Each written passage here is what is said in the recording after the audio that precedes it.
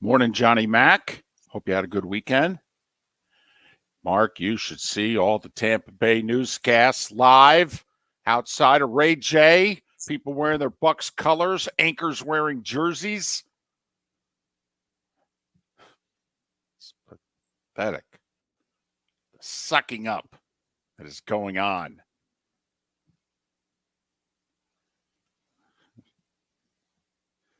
We'll say I'm watching I think it's a CBS affiliate, Tampa Bay 10.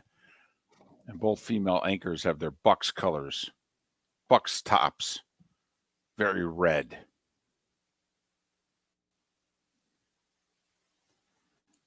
Yeah, boy, Bills and Bengals. Whoo-wee. Need to pick it up, tighten it up, boys. If you're going to beat Kansas City, I'll tell you that.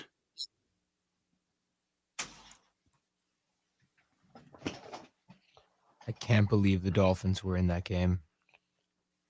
Hell, they weren't in it. They could have won it if they could get a flipping playoff. No, I have never seen anything like that. Just consistent, just unawareness of the clock.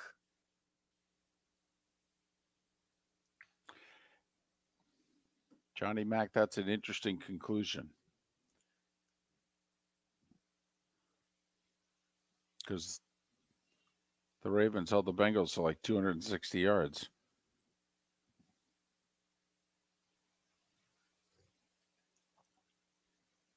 And as J.K. Dobbins said, division games. Hmm? It's fluky when it's the third time you're playing a division team. They know what, it's just.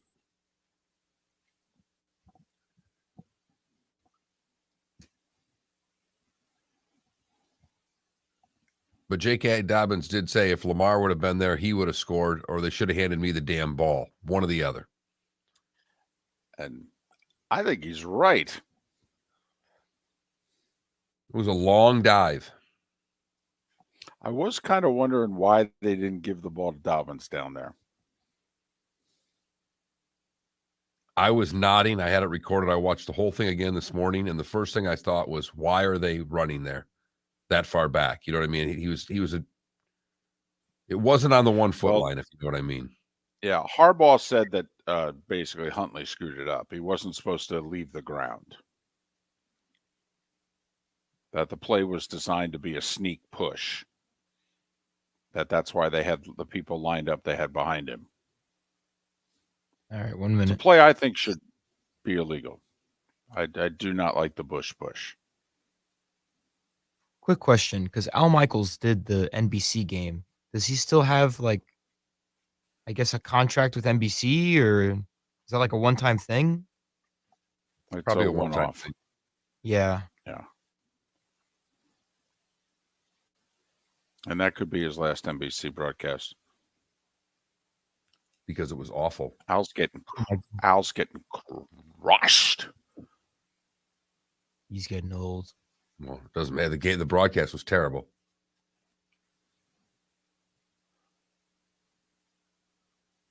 Those guys were aware that was a fairly exciting second half, right? No. Because it sounded like a golf broadcast. Why are you freezing up?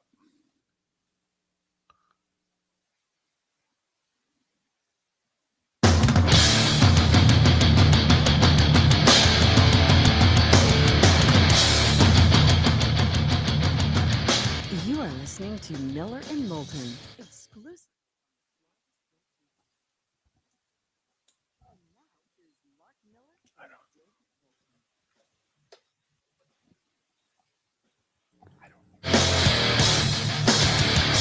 Top of the morning to you on this Martin Luther King Jr. holiday. Hope you had a great weekend. And how the heck are you, Miller and Moulton? It's Super Wild Card Weekend here on the Florida Sports Network, floridasportsnetwork.com. Thanks so much for being with us. Top of the morning to you, Mark. How are you? What a weekend. It was a super wild card weekend after all, David. It was super. It really was. Terrific really weekend. Yeah. Great football. I don't know how anybody can be anything but enthusiastic about the football that was played, unless, of course, your team was on the losing end of a game, in which case I understand because they were all pretty damn dramatic. Underdogs 4-1 against the spread. Home teams 4-1 straight up. With the Jags pulling off a bit of a miracle. Only the G-men going on the road and winning so far. Cowboys and Bucks, where I am in Tampa tonight. By the way, about 52 at kickoff. It'll get into the upper 40s. It's not going to be like it was in Jacksonville on Saturday night, where apparently it was the third coldest Jaguars game ever. It's probably why they got off to the slow start, David. Probably. They were freezing. They were freezing. Man, the football was better than I think we thought.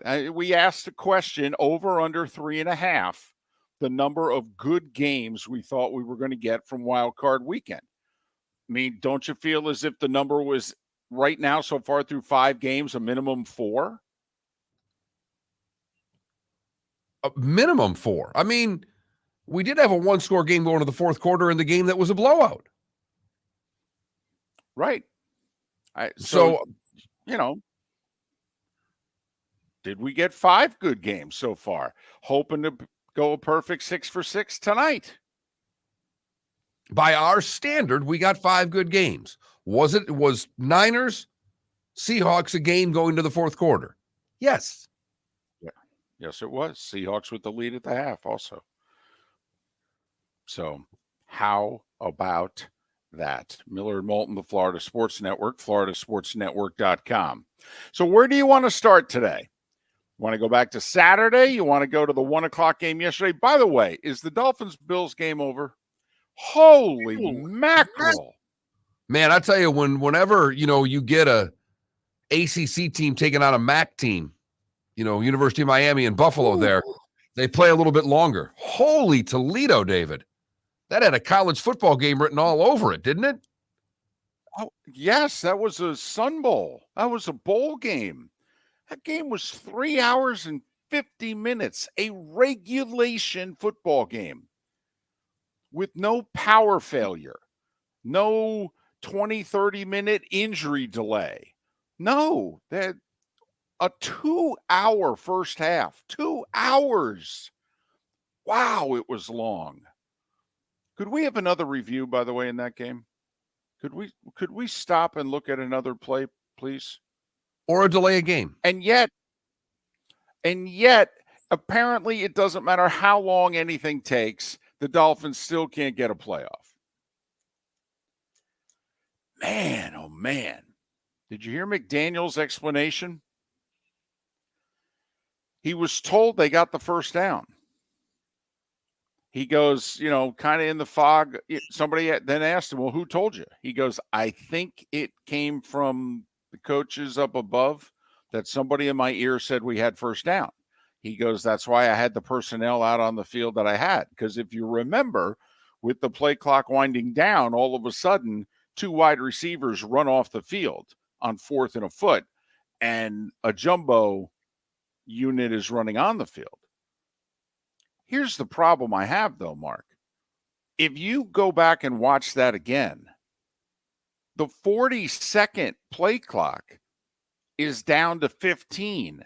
And then the Dolphins ask, hey, can you reset the play clock to 25? And they do. And then they still don't get the playoff. So the Dolphins actually had 50 seconds to get that playoff.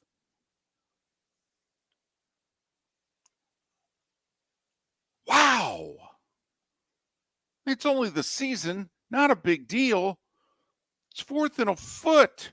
How complicated can this be? You're either sneaking it or you're diving.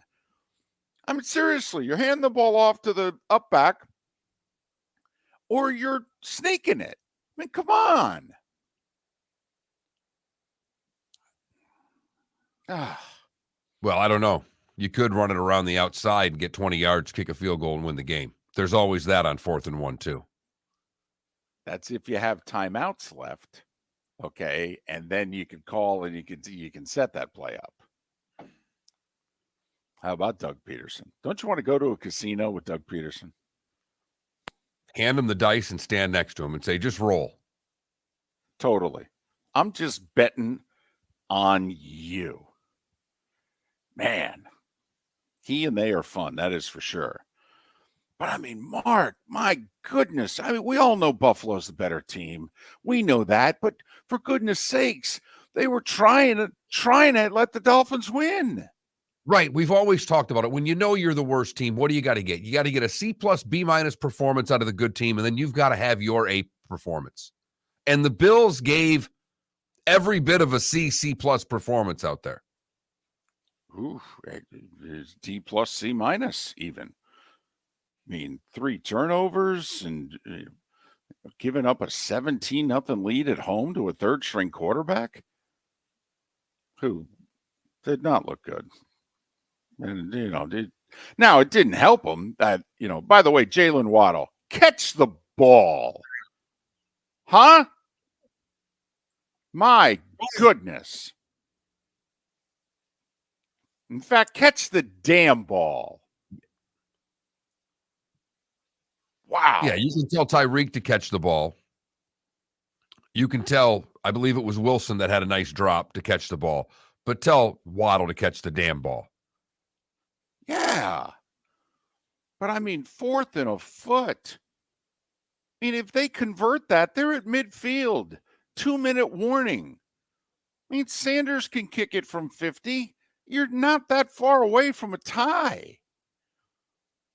And heck, you got them. I mean, you could just throw a couple fly patterns if you want. I mean, who knows? Go for the win. Unbelievable. Not getting a playoff on 4th and a foot. McDaniel's like, it's on me. You think? Well, I will say this, David. The old man there, if he was set with McDaniel coming back, I've got to think that he's revisiting that right now. And I'm not joking. That's the type of play that a coach's job should be on the line for. If it were beat the Jets or lose to the Jets and lose your job, I don't know how you earned it with the Jets win and then doing that. I don't. I mean, do you give him and the staff credit for how hard they played and how competitive they were when they were, they were missing 8 starters. I mean, they went to Buffalo with a third-string quarterback, and they had a chance to tie and win the game late. I mean, he's not a bum. No, I'm not saying that, but David, Mark, that's incompetence.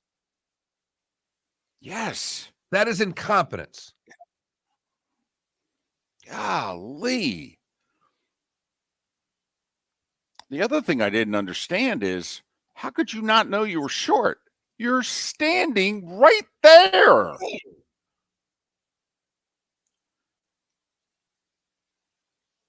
The ball's near midfield. Where are you standing? Right there. You can't see that you're short? It was obvious to everyone you were short. And here's the other thing. Don't give me they got, one of the youngest teams in the league. And listen, this is the National Football League. You have no idea year to year what's going to happen. The Jets are getting better. I don't think the Patriots are going to go backwards. Now, I don't know how much forward they're going to go, but I mean, come on. You were barely second in that division this year. There's not much separating you from second and fourth. And with the quarterbacks in that conference, hell, you don't even know if you have one.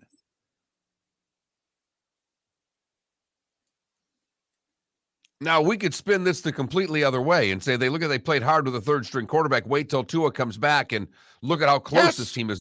They're a lot closer to first than they are to fourth. You could spin it that way. Yep, absolutely. But it's a National Football League. You never know how it's going to go. Rams just went, 5-12. They won the Super Bowl. You have no idea year to year. They announced, though, Tua is the guy next year. He's the guy. Stop all that talk.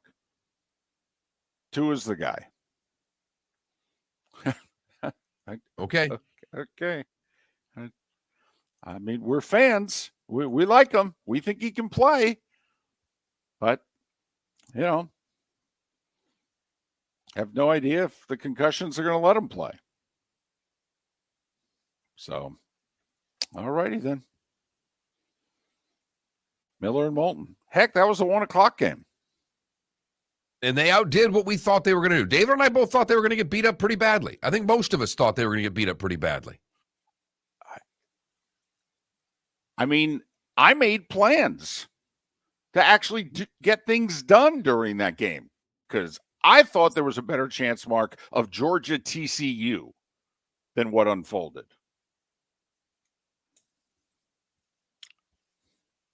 I thought it was going to be a repeat of that. I truly did. I thought Miami was going to get their doors blown off in the game. 4th and a foot and can't get a playoff. Unbelievable. Can't believe it. Cannot believe it. I still don't think they tie or win the game, but for goodness sakes.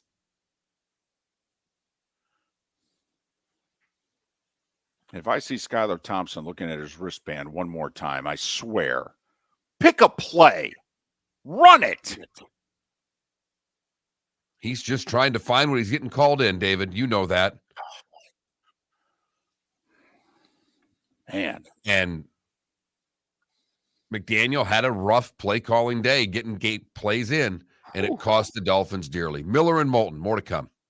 Mark Miller for SWFL Golf Carts or online, flgolfcarts.com. If you're looking for a golf cart, an e-bike, or an e-motorcycle, go visit Alex and the gang at SWFL Golf Carts. flgolfcarts.com online. Check out their whole inventory. If you're looking for a custom cart, they can take care of you. 2-seater, 4-seater, 6-seater, they've got you covered. E-bikes, nobody better for value and service. E-motorcycles, check them out. Again, flgolfcarts.com. flgolfcarts.com. David Moulton for Napa, Napa Auto Parts, and Napa Filters. Insist on Napa filters for your vehicles, or if you're a do-it-yourselfer, only buy Napa filters. Napa has a filter for almost anything on earth that moves, whether it's motorcycles, foreign and domestic cars, vans, SUVs, earth-moving equipment. You get the idea. Napa Auto Parts, Napa Filters. Insist on them for your vehicles, or if you're do-it-yourselfer, only buy Napa filters. Yeah. Hi. Excuse me. Hey, the line starts back here. Ma'am, if your party's not here, you're going to have to go around again. If you had the opportunity to avoid all this, wouldn't you?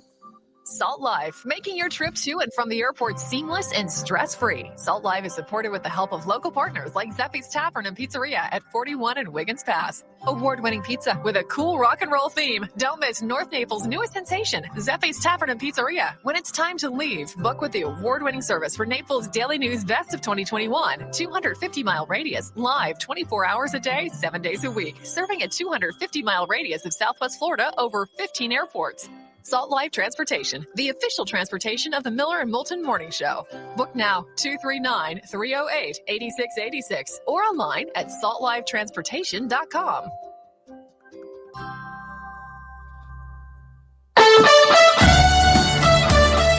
You are listening to Miller and Moulton on the Florida Sports Network.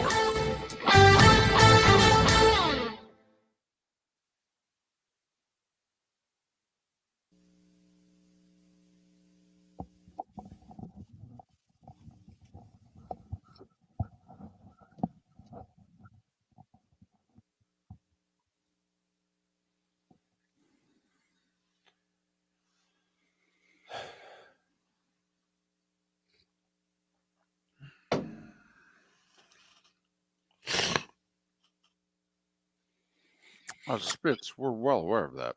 We watched the game. That's the reason they were out of timeouts. Kept having to call them to avoid a delay of game penalty. And then they had 4 of those anyway. Golly. I just kept laughing. I was manic. I couldn't believe what I was I didn't watching. find it. I didn't find it funny at all. I just kept on finding it funny how close they made it, despite how bad they looked. Like, they kept putting up the stats of the total yards, and it was ridiculous. Yeah, but I mean, remember they stole the first game, and the Bills ran 91 plays. True. I mean, here's the other thing. Remember when they had the 24-20 lead, and it was like 3rd and 17, 3rd and 19 deep in their own end? What the hell are you doing? Run a draw play and punt the ball. You got Skylar Thompson as your quarterback.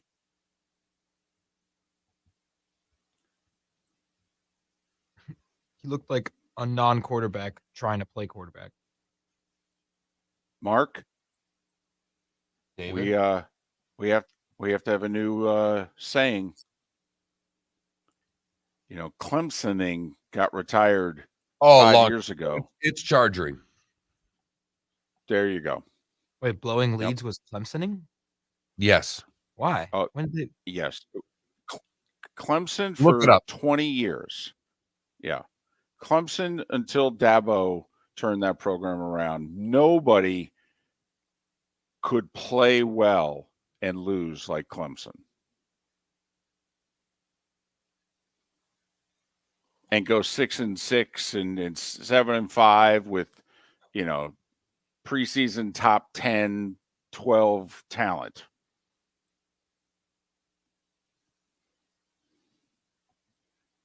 Clemsoning was a thing. How about Maurice Jones-Drew? Anybody see that? Yeah. Not that anybody was watching NFL Network at halftime, but he comes All on right, at halftime and goes, you know, it'd be just like the Chargers to blow this in the second half and lose on a last-second field goal. Yep. I have to laugh. I'm looking at Adam's text from Saturday at the game. We a second half team. Let's get it. No way. Yeah. Nice. The video didn't come through, though. Adam, whatever you sent did not come through.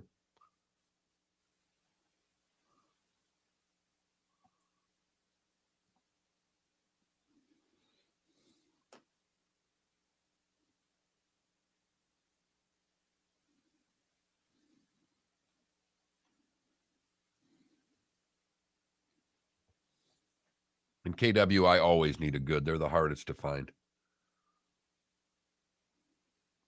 Oh, God. My wife had a story yesterday, and when she told me about it, I said, that's a good.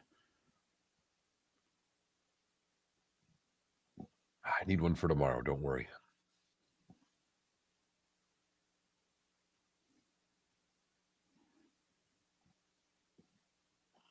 I fell asleep in the first half on the couch. Woke up in the third quarter. Watched the rest of the game and laughed. Did you wake up at 27-7 or 27-14? 27-14.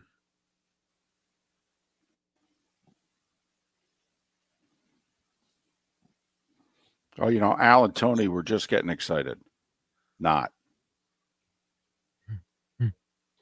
15 seconds.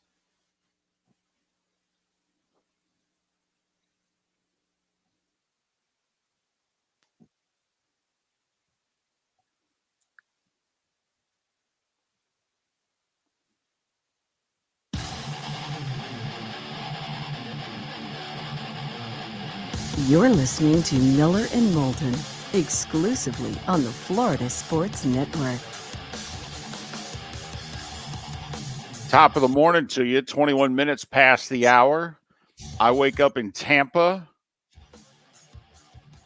Bucks, Cowboys to wrap up.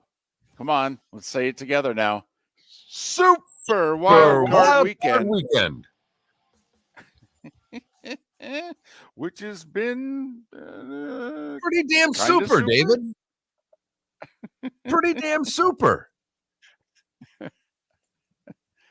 Dallas, a 2.5-point favorite. We'll get to that game in a little bit.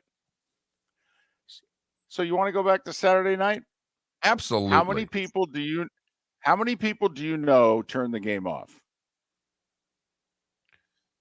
Because Go Raiders in our Twitch chat room just said halftime. I turned it off. I was done. I woke up Sunday and went, what? We have a new I thing, was falling Mark. asleep. I was falling asleep at halftime. I'm not going to lie. Had a long day. Me and the daughter. Wife was out of town. And she made it till halftime. I'm falling asleep at halftime. I put her to bed and nodding off and all of a sudden going, splash water in your face. What's going on here?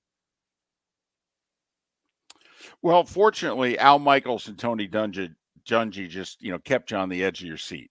I mean, their excitement level. Whoo.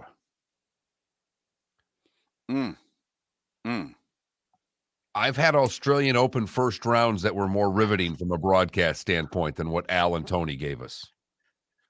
I've had third rounds of the St. Jude Classic that had a little more atmosphere than what was coming from that booth. Let me tell you, I'm torn, okay, between Romo screaming and yelling and talking about stop it, and then the library that was Saturday night. This is for the game. This is for the game. This is for the game. This is for the game. I think Romo had that on repeat, by the way. Sorry.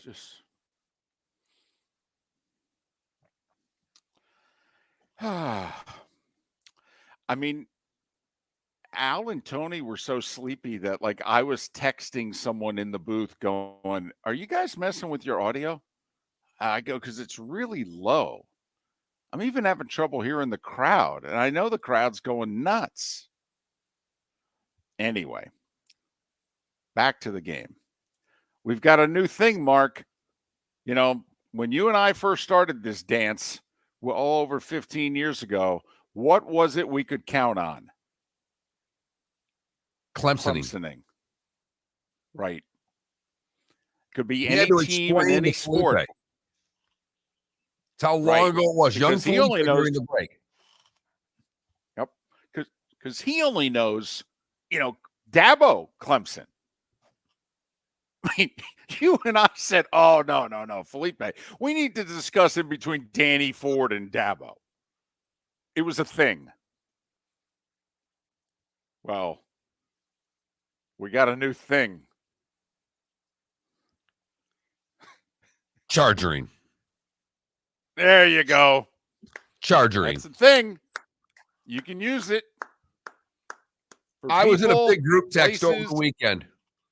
And I just simply, they're going nuts about the comeback. And I said, Chargers doing Charger things. Yep. They're Chargersing.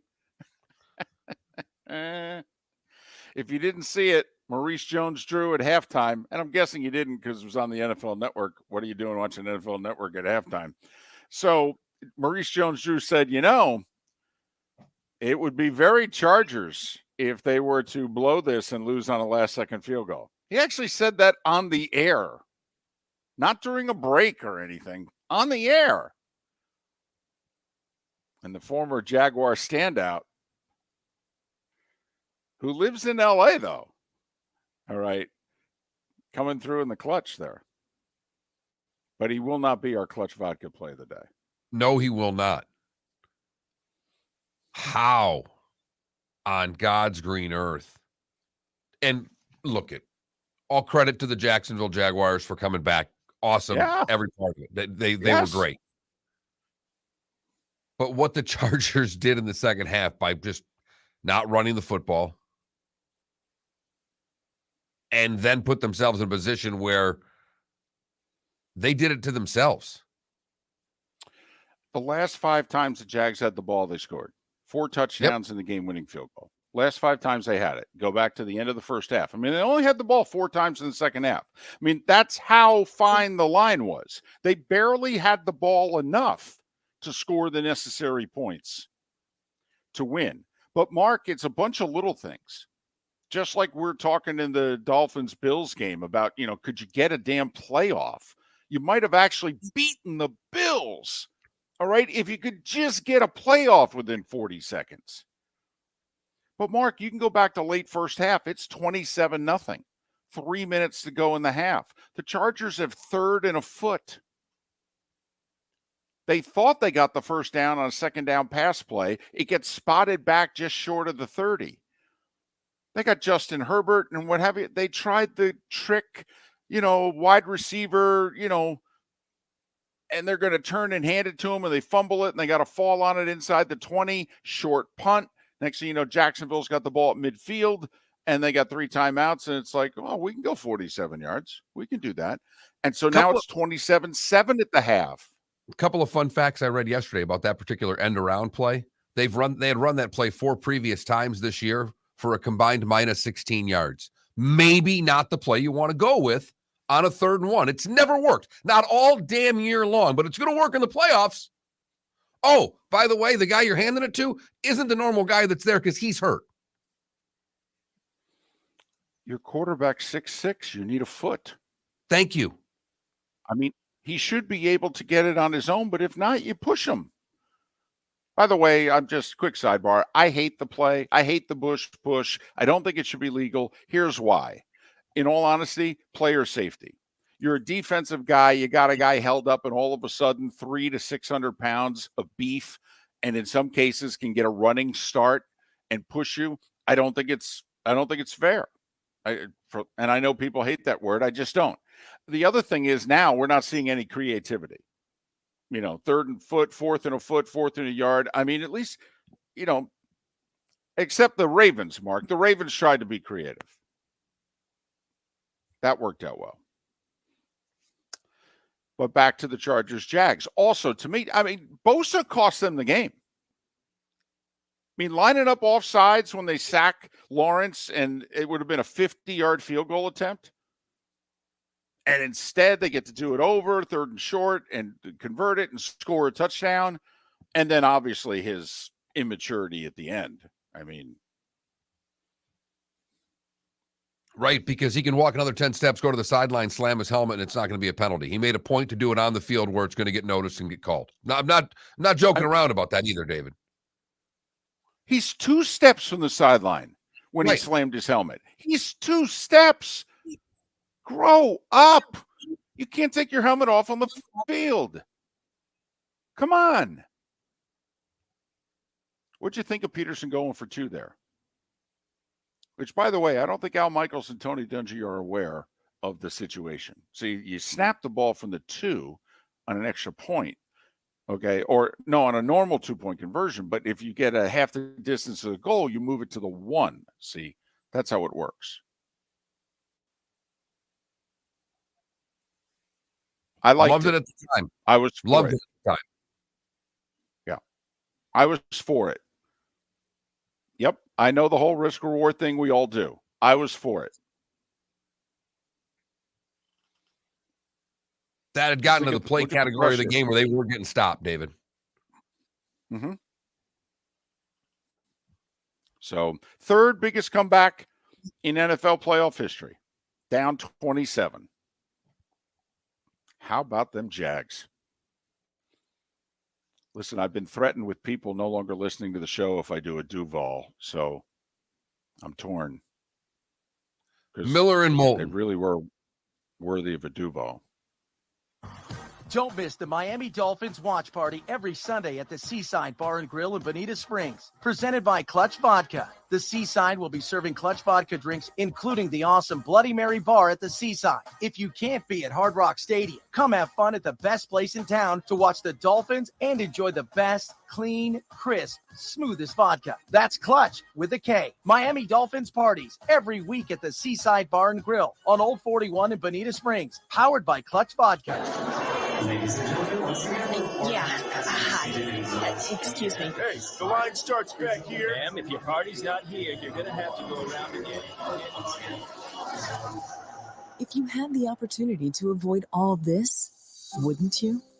Salt Life, making your trip to and from the airport seamless and stress-free. Salt Life is supported with the help of local partners like Zeffy's Tavern and Pizzeria at 41 and Wiggins Pass. Award-winning pizza with a cool rock and roll theme. Don't miss North Naples' newest sensation, Zeffy's Tavern and Pizzeria. When it's time to leave, book with the award-winning service for Naples Daily News Best of 2021. 250-mile radius, live 24 hours a day, 7 days a week. Serving a 250-mile radius of Southwest Florida over 15 airports. Salt Life Transportation, the official transportation of the Miller and Moulton Morning Show. Book now, 239-308-8686 or online at saltlifetransportation.com. Mark Miller for SWFL Golf Carts or online, flgolfcarts.com. If you're looking for a golf cart, an e-bike, or an e-motorcycle, go visit Alex and the gang at SWFL Golf Carts. flgolfcarts.com online. Check out their whole inventory. If you're looking for a custom cart, they can take care of you. 2-seater, 4-seater, 6-seater, they've got you covered. E-bikes, nobody better for value and service. E-motorcycles, check them out. Again, flgolfcarts.com. flgolfcarts.com.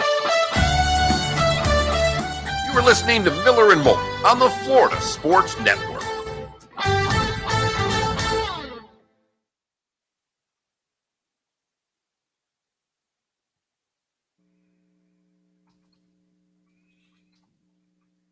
So this was great.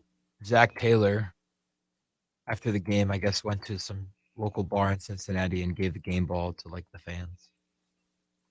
That's his thing. Oh, That's really? his thing. He's done it after every. I don't know if he does it after regular season games, but that's his definitely after playoffs. But I believe he does it after every game. Yep, that is so that they cool. win. That's awesome.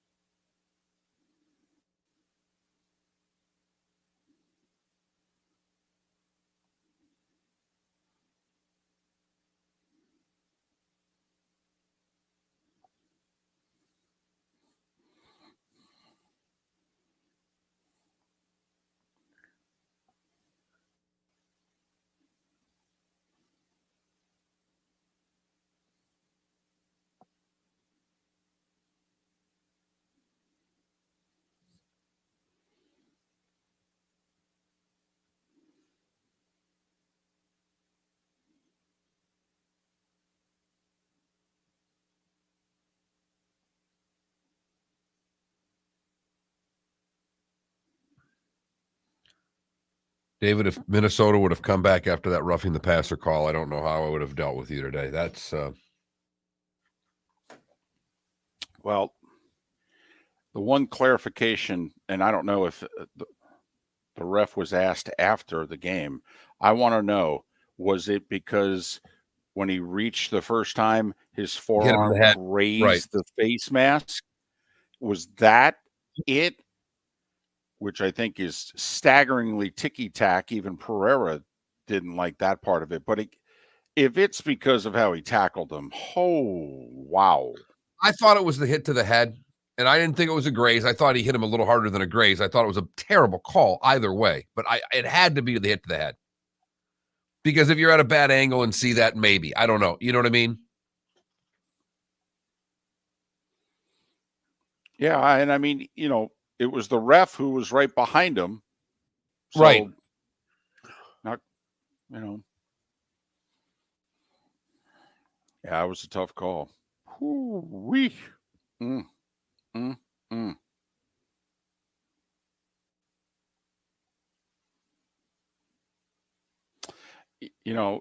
And Johnny, I might have done a Duval, but you called me Dave. So, Ooh. no Duval. Yeah, that's a no-no.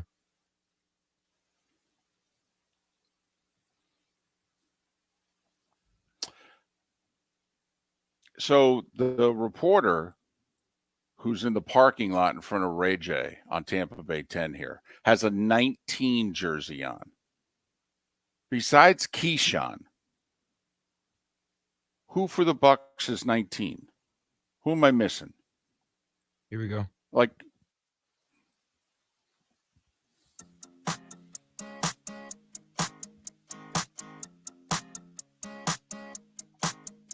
You're listening to Miller and Moulton, exclusively on the Florida Sports Network.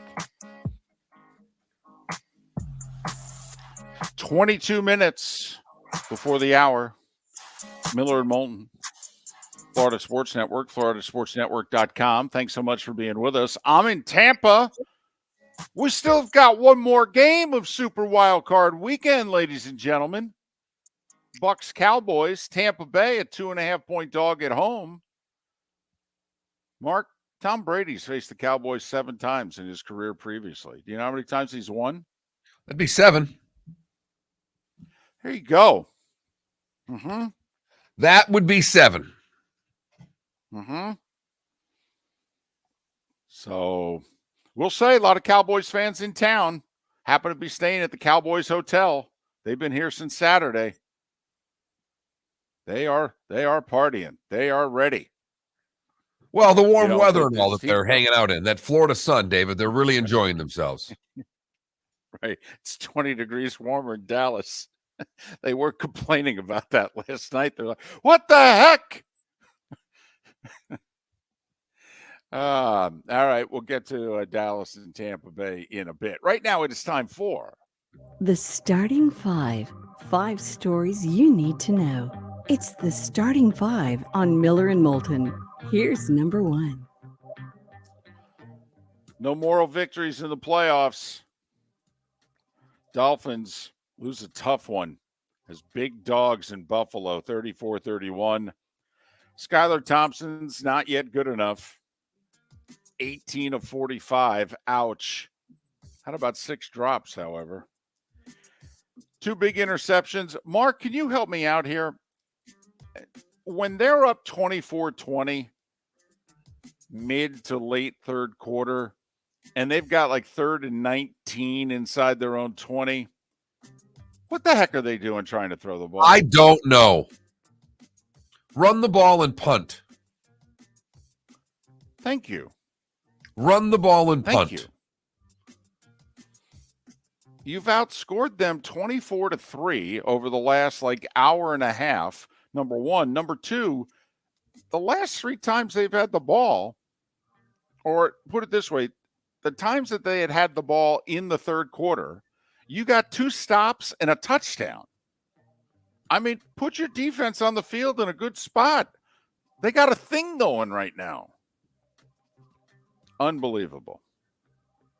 I mean, it's part of Mike McDaniel did he realize he had Skylar Thompson at quarterback?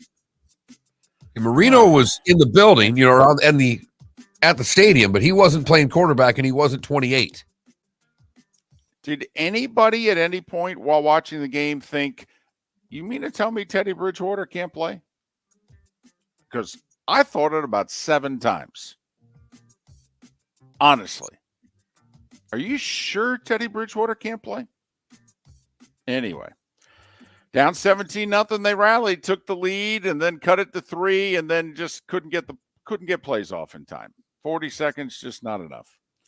Buffalo's going to host Cincinnati in the divisional round.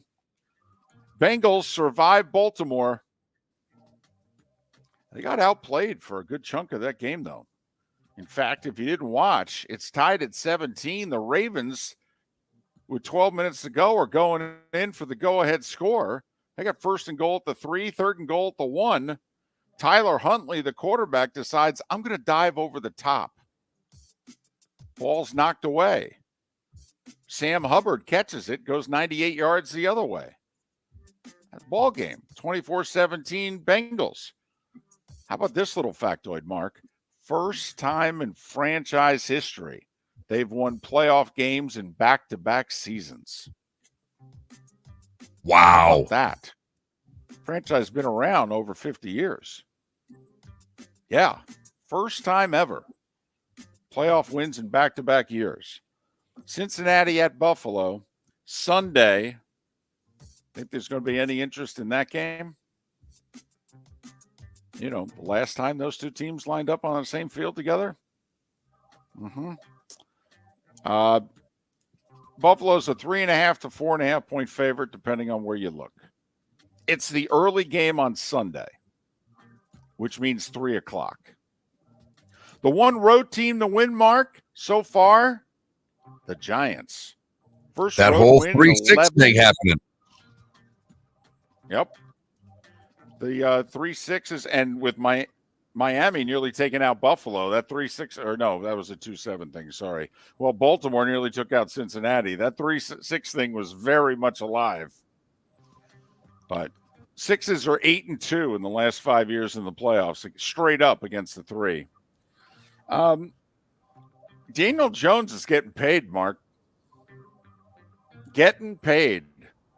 When you throw a 300-yard passing day and a nearly 80-yard rushing day up on the board, when no one else has done that at that position in the history of the National Football League in the playoffs. Barkley with 2 rushing touchdowns.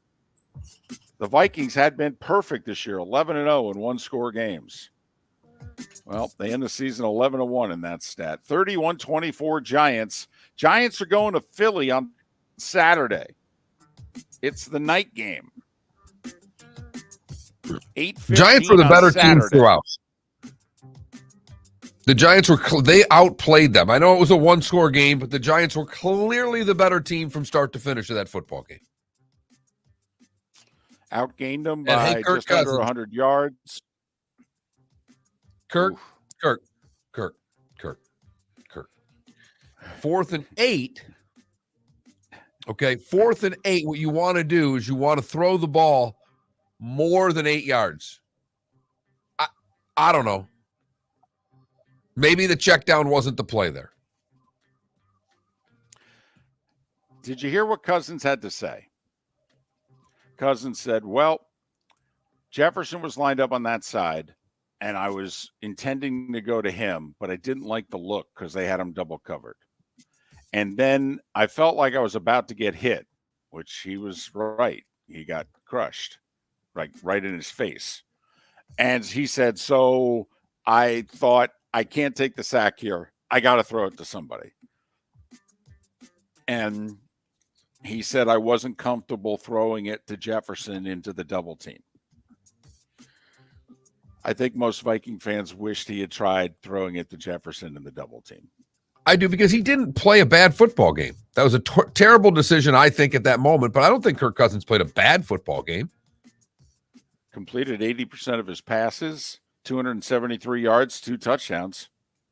Right. No, he actually played a good game. Right.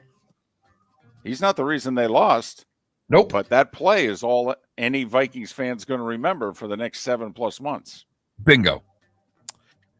Giants are going to Philly Saturday night. Philly's about a 7.5 point favorite. That'll be an interesting one. You know, will it fall to 7, and do you play it? Do you wait till it gets to 8? Because I have a feeling the late money's coming in on the Eagles. Philly's beaten the Giants twice already this year. Jacksonville, by the way, is going to Kansas City, the first game of the divisional round. It's the 4:30 game on Saturday. Saturday, 4:30, Jags at Chiefs, followed by Giants and Eagles. On Sunday at 3, Bengals and Bills. That'll be a ratings monster. And then the winner of tonight's Dallas-Tampa Bay game's going to Frisco. Sunday, technically night, because it'll be 6:30 Eastern. So there you have it. Tragic news in college football. A car accident at nearly 3 a.m. Sunday morning killed Georgia offensive lineman Devin Willock and a recruiting staffer, Chandler LaCroix. She was the one driving. 2 other members of the football program were in the back seat. They were also hurt, including offensive lineman Warren McClendon, who had just declared for the NFL draft.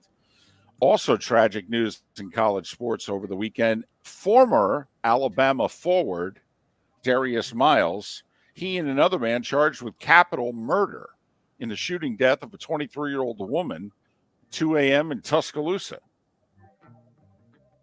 I said former because, well, Alabama unloaded him pretty quickly. College hoops, 11 ranked teams lost on Saturday, in case you missed it. And UConn lost at home to St. John's. What's that, 3 losses in a row for the Huskies? Johnny's a winner by 11. Nice win for South Florida on the road at East Carolina yesterday. Snapped the 4-game skid, 81-70. Women's hoops, second-ranked Stanford, whose only loss on the year was in overtime to number 1 South Carolina. They got beat at USC. Winners in state, UCF and Miami. Losers in state, the Noles and the Gators. NBA, there were 8 games yesterday. Sixers beat the Lakers by 1, 113-112. Russell Westbrook thought it'd be a good idea in the final possession if he took it instead of maybe giving it to LeBron. And Jokic with a 3 with 1.2 seconds to go. Denver over Orlando, 119-116. Good effort by the Magic, who were down 15 at the half to come back in that one. Mark, yesterday, some good hockey teams mailed one in on Sunday. Carolina at home to Vancouver. They were like minus 380. They lost in a shootout. The Rangers were minus 400 to the Canadians. Lost 2-1. Winnipeg did beat Arizona 2-1, but man, played the underdogs yesterday. He made some serious coin in the NHL. Did you ever? Final round of the Sony Open. Siwoo Kim shot a 6-under-64 to win by 1 over Hayden Buckley.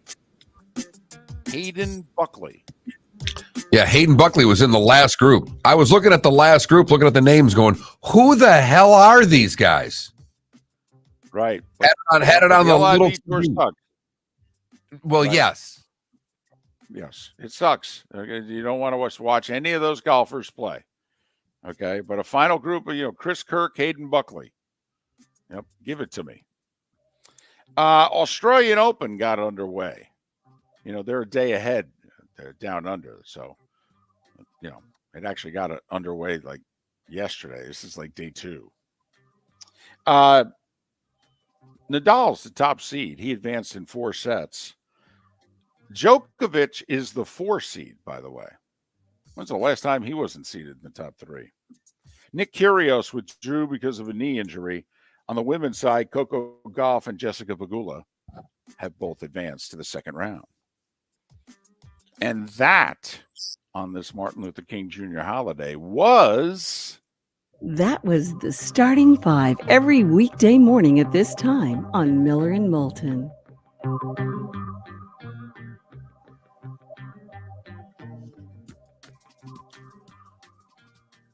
Do you have trouble with the officiating so far? Or are trouble? you okay with it? And I'm not being smart. I need a third answer because I don't have trouble with it, but it's not been good. I'm not okay with it. I'm definitely not okay with it. I just, it hasn't been good. Thank goodness that your Giants won that football game because that phantom roughing the passer call late was a joke. That kind of sticks out in my head. I would love some clarification. I would like some clarification on that. I thought he grazed his face mask. Some people thought he grazed the side of his head. If he called that, I'd hate it, but I'd understand it. I mean, Mike Pereira said if that's what the referee was seeing and thinking, he didn't like it. But if they called the roughing the passer because of the tackle, then well, Mark, I mean, they have gotten the call wrong all year, so you know they're going to get it wrong in the playoffs. I will say this, though. I thought the Chargers-Jags game was horrendously officiated. I thought they allowed both teams, but particularly the Chargers, to just commit felonies in the secondary, and they weren't calling a thing. And it would take a subpoena to get a holding call. That Mark, 5 games in, to me, is the most obvious thing. Offensive linemen can basically do whatever they want so far in the playoffs. You ain't getting a holding call. Maybe won a game, literally a token call, and then they say, okay, that's it.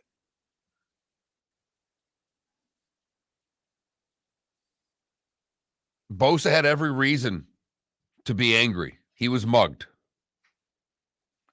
Yes. He acted like a child. He acted like a child, but he had every reason to be angry. It was a terrible non-call. It's not like these are influencing games or anything. Right. But the ref was way out of line the first time when he threw the personal foul. He follows him off the field.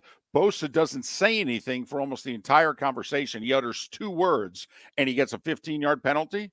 Those 2 words better have been blank you. And I'm with you, David. That was very baseball umpire-esque, chasing the player down. Yes. That's not what we expect out of NFL officials. We don't do your job, stay in your spot, and stay out of the way. Don't be part of the play. And in that case, he made himself part of the play. The penalty isn't called if he just stays where he is. Miller and Moulton. Good show lined up for you today. JP Peterson will join us, as well as Orlando Alzugaray, to talk a little Tampa Bay and Miami Dolphins football. Yeah, hi. Excuse me. Hey, the line starts back here. Ma'am, if your party's not here, you're going to have to go around again. If you had the opportunity to avoid all this, wouldn't you? Salt Life, making your trip to and from the airport seamless and stress-free. Salt Life is supported with the help of local partners like Zeppi's Tavern and Pizzeria at 41 and Wiggins Pass. Award-winning pizza with a cool rock and roll theme. Don't miss North Naples' newest sensation, Zeppi's Tavern and Pizzeria. When it's time to leave, book with the award-winning service for Naples Daily News Best of 2021. 250-mile radius, live 24 hours a day, 7 days a week. Serving a 250-mile radius of Southwest Florida over 15 airports. Salt Life Transportation, the official transportation of the Miller and Moulton Morning Show. Book now, 239-308-8686, or online at saltlifetransportation.com. David Moulton for Napa, Napa Auto Parts, and Napa Filters. Insist on Napa filters for your vehicles, or if you're a do-it-yourselfer, only buy Napa filters. Napa has a filter for almost anything on earth that moves, whether it's motorcycles, foreign and domestic cars, vans, SUVs, earth-moving equipment. You get the idea. Napa Auto Parts, Napa filters. Insist on them for your vehicles, or if you're do-it-yourselfer, only buy Napa filters. Mark Miller for SWFL Golf Carts, or online, flgolfcarts.com. If you're looking for a golf cart, an e-bike, or an e-motorcycle, go visit Alex and the gang at SWFL Golf Carts. flgolfcarts.com online. Check out their whole inventory. If you're looking for a custom cart, they can take care of you. 2-seater, 4-seater, 6-seater, they've got you covered. E-bikes, nobody better for value and service. E-motorcycles, check them out. Again, flgolfcarts.com. flgolfcarts.com. Miller and Moulton here for the Clutch Vodka Play of the Day. Mark, remember Nick Charles, Fred Hickman, the CNN Play of the Day? Yeah, CNN did a nightly sports show. That was a while ago. Yes, it was. Just work with me. Everyone liked the pod, the Play of the Day. So how about we have the Clutch Vodka Play of the Day? Sounds good. Fun. Smooth. Like Clutch Vodka. Listen weekday mornings for the Clutch Vodka Play of the Day. That's Clutch with a K. Golfers, are you bored of the same old driving range warm-up routine that's not getting you the results that you want on the course? Power up your golf swing by adding resistance bands to your range sessions with the Orange Whip Golf's Power Strap Kit. featuring band attachments to your feet and hips. Power strap resistance training will boost club head speed, increase power, improve flexibility, all with just a few swings. Buy a power strap kit today. Go to orangewhipgolf.com and use code Miller10 to receive an additional 10% off the already great price of $119. You are listening to Miller and Moulton on the Florida Sports Network.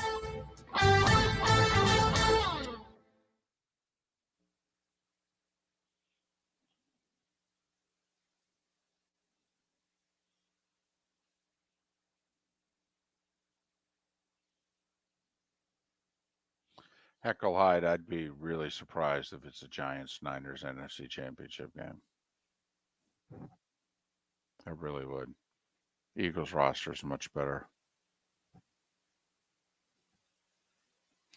Now, Swamp Buggy, when you say Seattle got hosed, I mean, to the point where you thought the referees, cost them from winning the game, or just a couple of calls went against them? Because I don't think they're beating the Niners. I think they could play 9 more times. They'd lose all 9.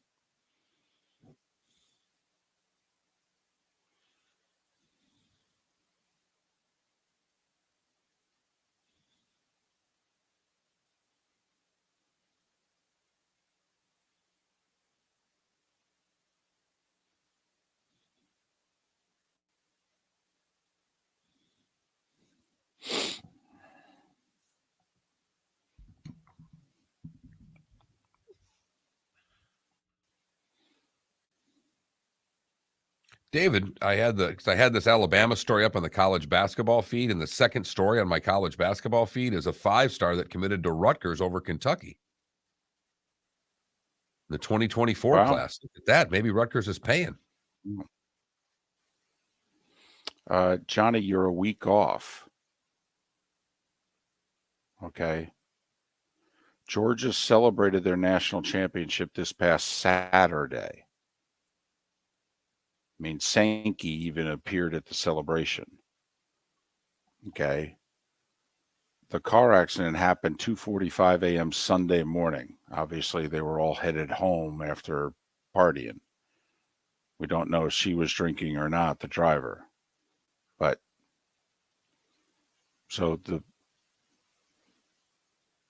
that's why they were celebrating their championship, because Saturday in Athens was the day that they had their celebration, at the stadium. Kirby, Sankey, people spoke, that sort of deal.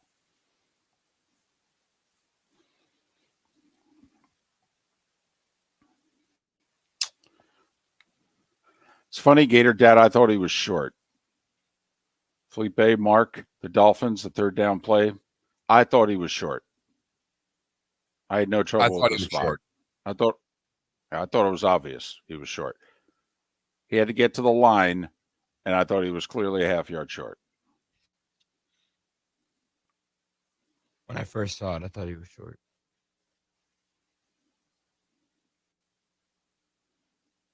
One minute.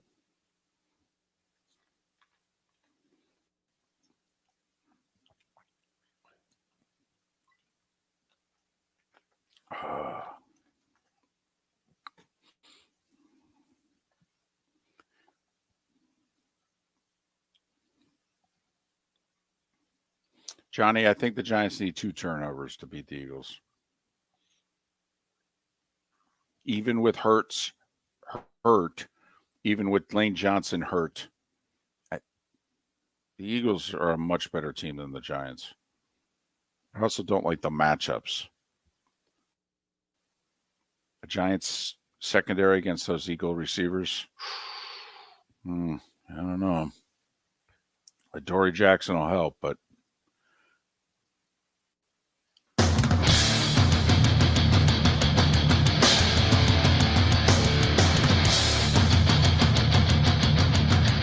You are listening to Miller and Moulton, exclusively on the Florida Sports Network. And now, here's Mark Miller and David Moulton. Top of the morning to you. How the heck are you? Miller and Moulton, Florida Sports Network, floridasportsnetwork.com. Thanks so much for being with us. We'll talk Bucks and Cowboys coming up in a bit. JP Peterson will even join us later in the show to do that. The Big O, Orlando Alzugaray, to talk about the Dolphins. Looking back and looking ahead. Don't know if anybody's covering the South Florida sports scene better than Orlando Alzugaray, and he will join us coming up next hour. Mark, what are Dolphin fans saying to you on the text line? What did they say to you yesterday? Your thoughts on the Fins' tough loss in Buffalo when we thought they had no chance, and next thing you know, the game was there for the taking.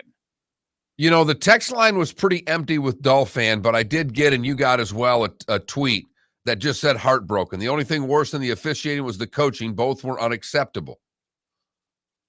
Now, I didn't think the officiating cost the Miami Dolphins a football game yesterday. I thought Mike McDaniel cost the Dolphins any chance they had at the football game yesterday. Clearly, they were prepared. Clearly, the team likes this coach, and they played hard for this coach all year. But, you know, that's the bare minimum standard. If you're running the Dolphins, Mark, are you thinking, listen, first year, clearly getting plays off was not just a problem yesterday in Orchard Park. It was a problem actually all year. Mike McDaniel takes too long. But that can be altered. That can be fixed. And maybe, quite frankly, somebody else calls the plays. It's a thought, even though that was the first thing. I know he's the genius. I know he's the play calling genius, David, but that was the first thing I was thinking. Is it too much for him as a head coach to be calling plays? And I know a lot of coaches do it, but obviously they struggled getting calls in. And Thompson was having to call timeouts. They were up against the clock. How many delays did they have for the course of the game? 4, and I thought they burned 4 timeouts throughout the course of the game to prevent delay of games, and they actually got 4 delay of games. Play was taking too long to come in. Skyler, because he had to go to his wristband, was taking forever to then spit the play out to the team. They were constantly walking up to the line of scrimmage with single digits left on the play clock. It shouldn't be this hard. It just shouldn't. And it cost them the game yesterday. No big deal or anything. It's just a playoff game. And don't tell me they were going to go to Kansas City and get rocked. Probably. But then again, who knows? Maybe Tua can play. I'll be curious, Orlando Alzugaray's thoughts on the Dolphins' future. Because you can spin this either way. And he's a straight shooter. So the Big O will join us in about an hour and a half. And he's a straight shooter that's been on the side of Tua and McDaniel most of this year. So I will be curious of where he is going forward with that duo. I think he was pretty unhappy with McDaniel yesterday. Mark, if you were running the show there, are you unhappy enough to make changes? Be pretty dramatic. One and done. Let's be honest, David. You're only making changes if you can get one person. It's that thing. You're not making changes unless you can get Sean Payton. That's what this is. And just how upset is Stephen Ross this morning that he would want to blow this whole thing up and try to get Payton again?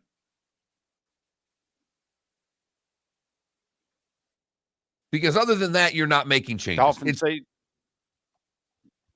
no, it's true. It's true. Dolphins say, by the way, Tua's the guy next year. Just stop all the talk, stop all the speculating. Tua's the guy. All right? They do have a decision to make in the next 2 months. Will they pick up his 5th-year option? You know, the Giants didn't with Daniel Jones. Jones just finished his 4th year in the league, and he's technically a free agent in 2 months. Got to admit, I know, the overwhelming odds are he's going to stay there, and they're going to pay him, and they can tag him and all that. But my guys made a lot of money in the last month, Mark. I don't know about you.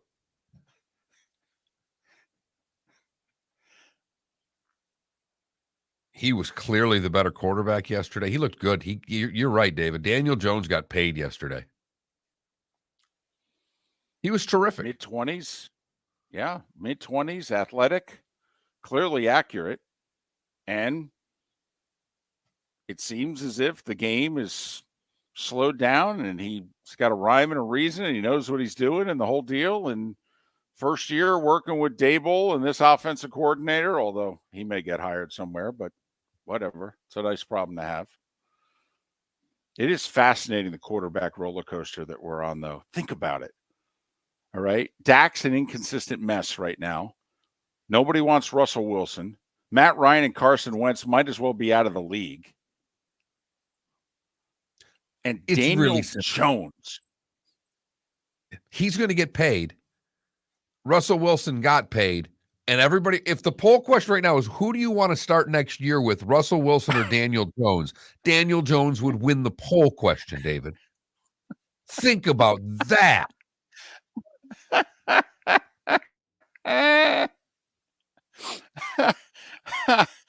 How about Geno Smith?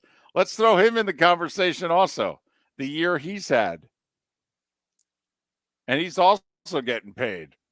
Oh, my goodness. This league is something. It really is. Hey, quickly, which team you're more concerned with heading into next week, the Bills or the Bengals? Gut feeling. Bengals lost 3 offensive linemen now due to injuries, and the Bills don't look good. They didn't look good against the Patriots. I mean, if they didn't return 2 kicks for a touchdown, they might have lost to New England. I'm more concerned for the Bills because that defense is showing some holes. And if they had Von Miller, if they had their pass rush, then I would not be thinking this way. But I do think, Burrow's used to pressure. Burrow's used to having to run around to find some time to step up. He doesn't care if he gets sacked 6 times in a game. It doesn't seem to bother him the way it bothers other quarterbacks. So it's close, David, but I'm more concerned with the Bills right now. I'm actually a little surprised by the number that the Bills are a 4-point favorite to start that game. Obviously, that can change. But Bills, Bengals right now, the early game on Sunday next week. 4:30 and 8:15 Saturday, 3 and 6:30 on Sunday. And right now it's Jags, Chiefs, the early game Saturday, 4:30. Then it's Giants, Eagles, the late game Saturday. NBC and Fox, by the way, on Saturday for the 2 games. On Sunday, it's CBS and Fox. CBS gets Bengals, Bills. And we all know what happened the last time those 2 teams were on the same field together. I got to think Hamlin's in the stadium. I actually think he'll be out for the coin toss. I think it will be a very emotional, raucous, the whole deal scene at the very beginning. And then the Niners, the late game Sunday, hosting the winner of tonight's Cowboys-Bucks game. So Chiefs are an 8.5-point favorite. Eagles. Yeah. I say that's right. We've still got one more. Super Wildcard Weekend's not over yet. No. Joe and Troy got one more game tonight. Cowboys a 2.5-point favorite against the Bucks. Tom Brady's never lost to Dallas in his career. Chiefs an 8.5-point favorite. Eagles a 7.5-point favorite. Bills right around 4. I've seen it 3.5. I've seen it 4.5. But right around 4. 3 of the 4 matchups are set. Do you happen one to see road team so far victorious? Just one. Sorry, David. Did you happen to see where Trevor Lawrence celebrated following the win Saturday night? If we were doing poll questions, the poll question would be better post-game celebration, Zach Taylor, Bengals coach, Trevor Lawrence, Jags quarterback. It's a tie because Zach Taylor going to a bar in Cincinnati and giving the game balls turned into a little bit of a tradition for him, and it is a very cool tradition. I love everything about it. But if there is anything more Jacksonville than what Trevor Lawrence did post-game, in maybe the sleepiest big town in Florida, there's no doubt. Jacksonville doesn't have the pizzazz of the Miamis or the Tampas or even the Orlandos. It's Jacksonville, after all. Might as well be South Georgia, and I'm just having a little fun here. Where does he go for the post-game celebration? The damn Waffle House. Scattered, scuthered, There you go. Chunked, baby. That's our quarterback. You're damn right. He is a hero. He sure is. When you were describing, by the way, where Jacksonville is on the pantheon of Florida party cities, all right, I was dating myself, imagine that, and I was thinking of David Lee Roth when he was with Van Halen, and I forget the song in which he looks into the camera and he goes, he's got charisma. Okay, Yep. That's Jacksonville. Okay. We got a bunch of party cities in Florida, and then Jacksonville goes, we got charisma. That's right. No? What clubs you go to? Went to the Waffle House. Absolutely fantastic. Trevor Lawrence is there. The scary part is how well he looked like he fit in at the Waffle House. It wasn't his first trip Him and his post-game. girl. No, what, are you kidding me? He's from Georgia, okay? Went to college in South Carolina, met his wife there. Are you serious? They've been to 137 Waffle Houses. Come on. He knows how to order his hash browns there. Every time, it's the same. I love him. That is cool, isn't it, though? Got the head coach of an NFL team.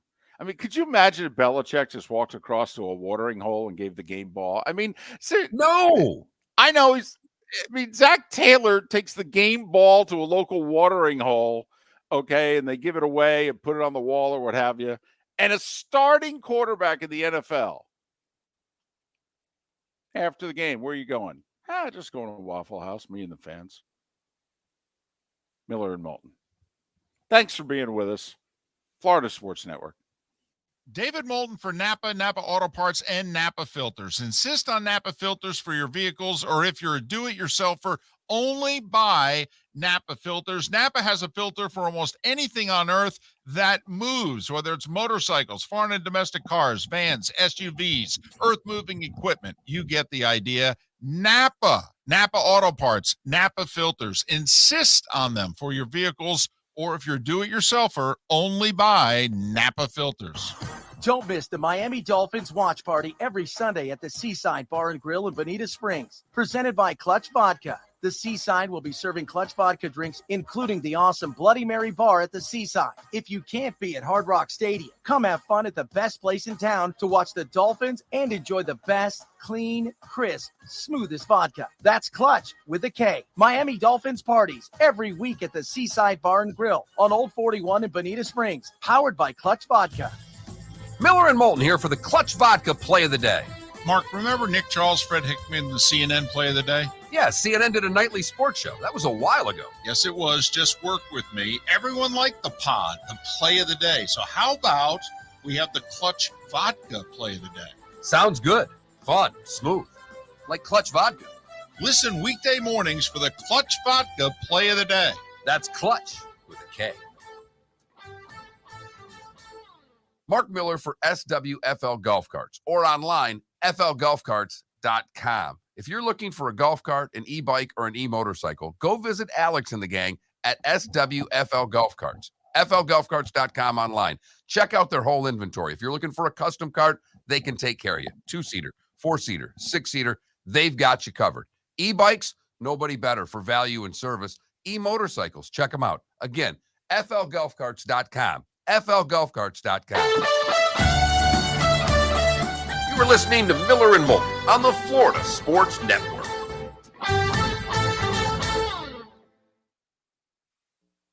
Clutch plays ready, by the way. You going to run them both? I think I'm just going to run the local one. Okay.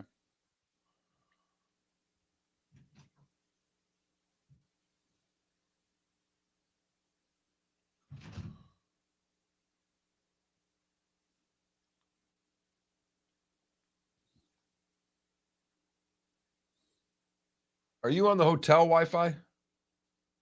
No. You want me to try it?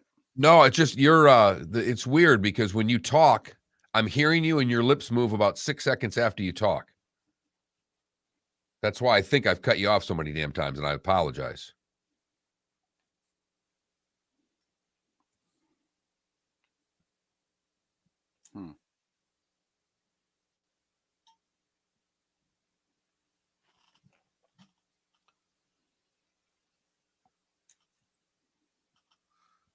You weren't like that at the beginning. It happened about an hour through the show. Okay.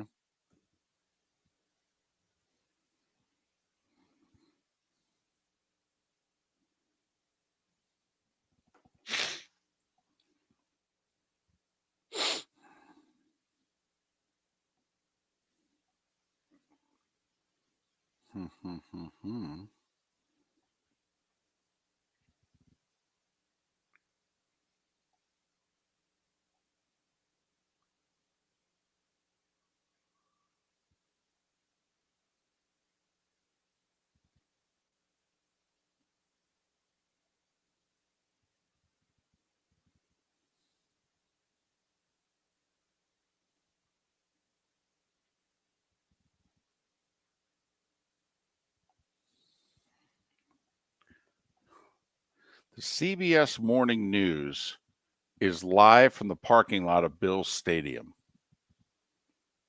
Not that they're going to play up the Bengals-Bills game or anything.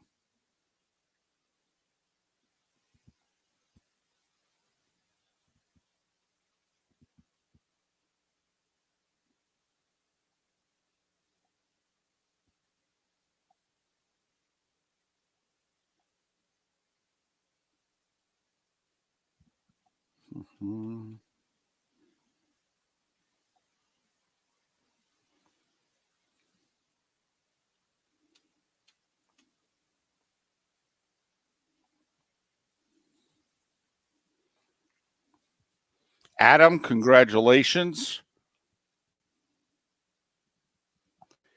We were babysitting Saturday night. My daughter's house is closer to the stadium, not far away at all.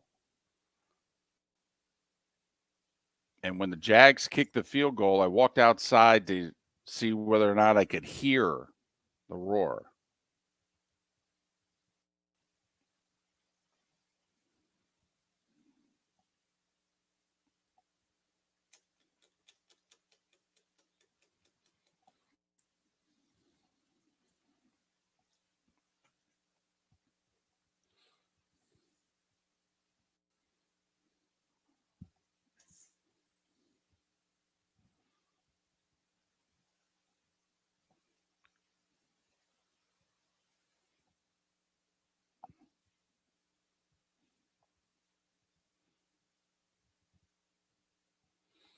Well, Deathstruck, you're the second person in our chat room to say that you turned it off or fell asleep or whatever at 27-0 and didn't find out till the next morning. Excuse me.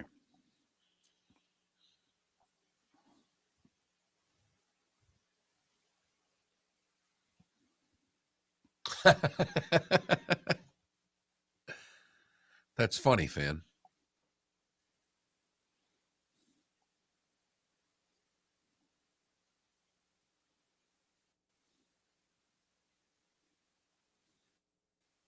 $15 seconds.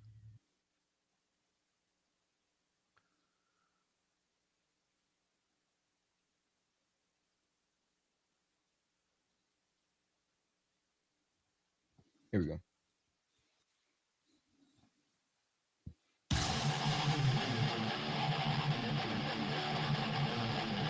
You're listening to Miller and Moulton, exclusively on the Florida Sports Network.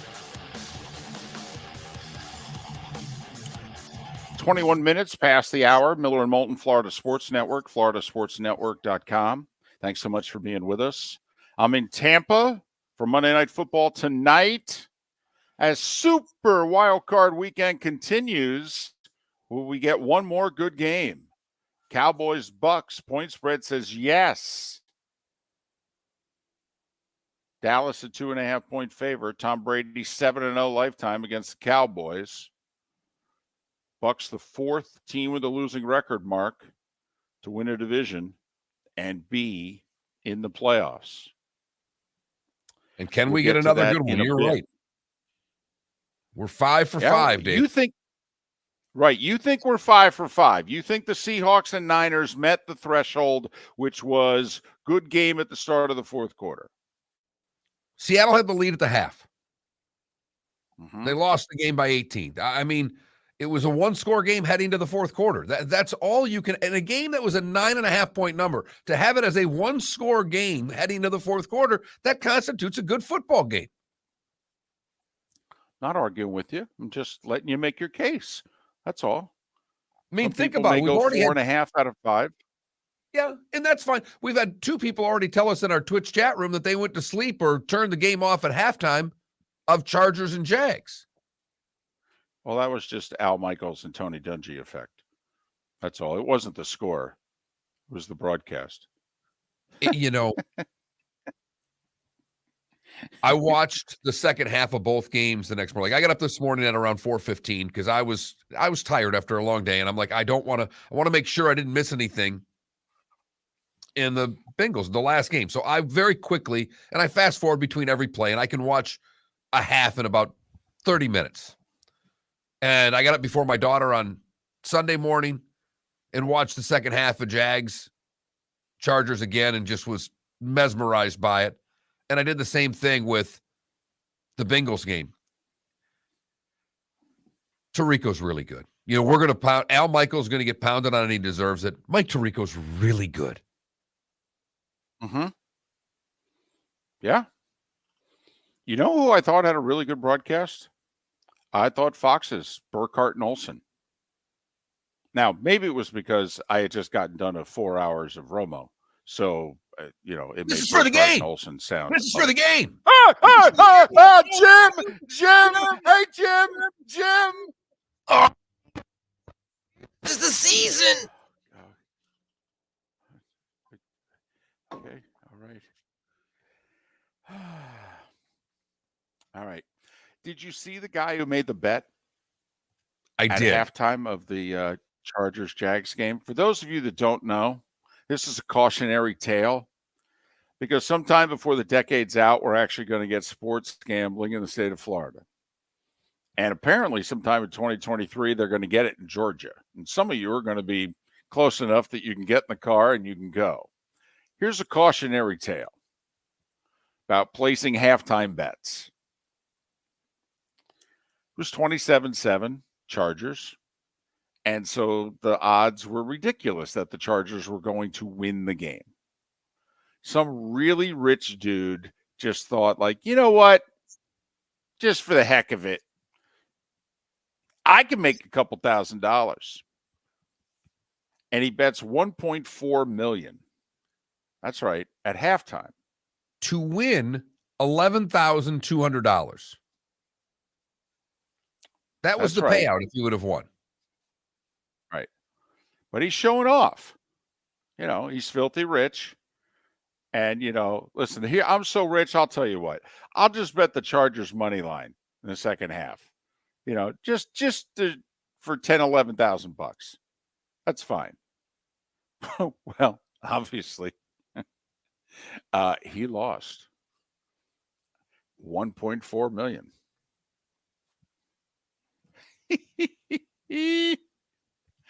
I don't normally root against people, when they place bets. I want everyone to win. But I believe it's that whole risk reward thing. You weren't winning $110,000. You're winning $11,000. It's a stupid that's not bet. even a percent. That's not even a percent, right? 10% is 140, 1% is 14 grand. Right. Risk reward, dude. You had to lay down 1.4 million to try to win like 0.8%. What? So, thought everybody should know that. You can feel a little better about yourself. So you had a rough weekend. You're a little down. 2023 is not off to a good start.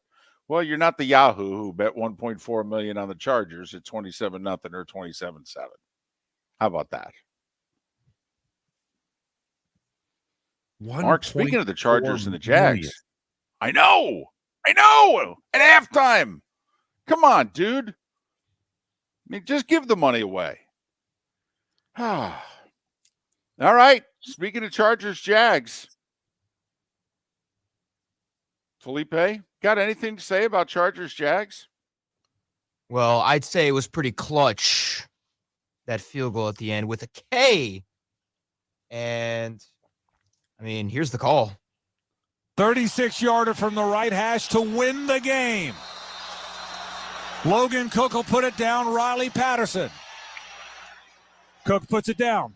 Patterson's kick is up. The field goal is good! Good! Good! The Jaguars have won it! The Jaguars have won it! They have come back from 27-0 to win the game and move on! How good is that? That's what I'm talking about. That's what I'm talking about. It's our Clutch Vodka play of the day. Clutch Vodka. Go to clutchspirits.com. Look for it anywhere you buy your spirits and hashtag all your drinks with the hashtag Clutch Spirits. That is Clutch with a K. JP Shadrick, that was on our show Friday, pre and post for the Jags, sent out a tweet yesterday. He said he ran into many people yesterday who admitted to leaving at halftime. If it was 27 spit at the half, maybe, just maybe, but you would think the score at the end of the half would be like, all right, we got to watch the third quarter.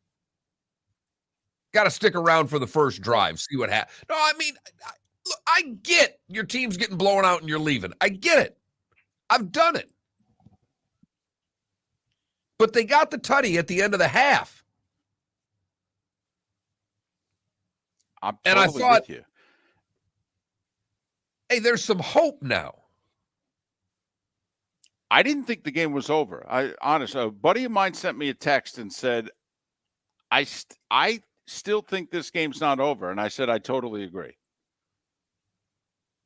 I mean, I thought the Jags were going to make a game of it. I felt confident, Mark, that they were going to at least make it a 2-score game. They were going to cut a 20-point deficit to 13 or 14 or 10, if you know what I mean. I felt confident that the Chargers were going to have the ball one time on offense and have it feel like this is a pressure series. We got to move the ball, work the clock, etc.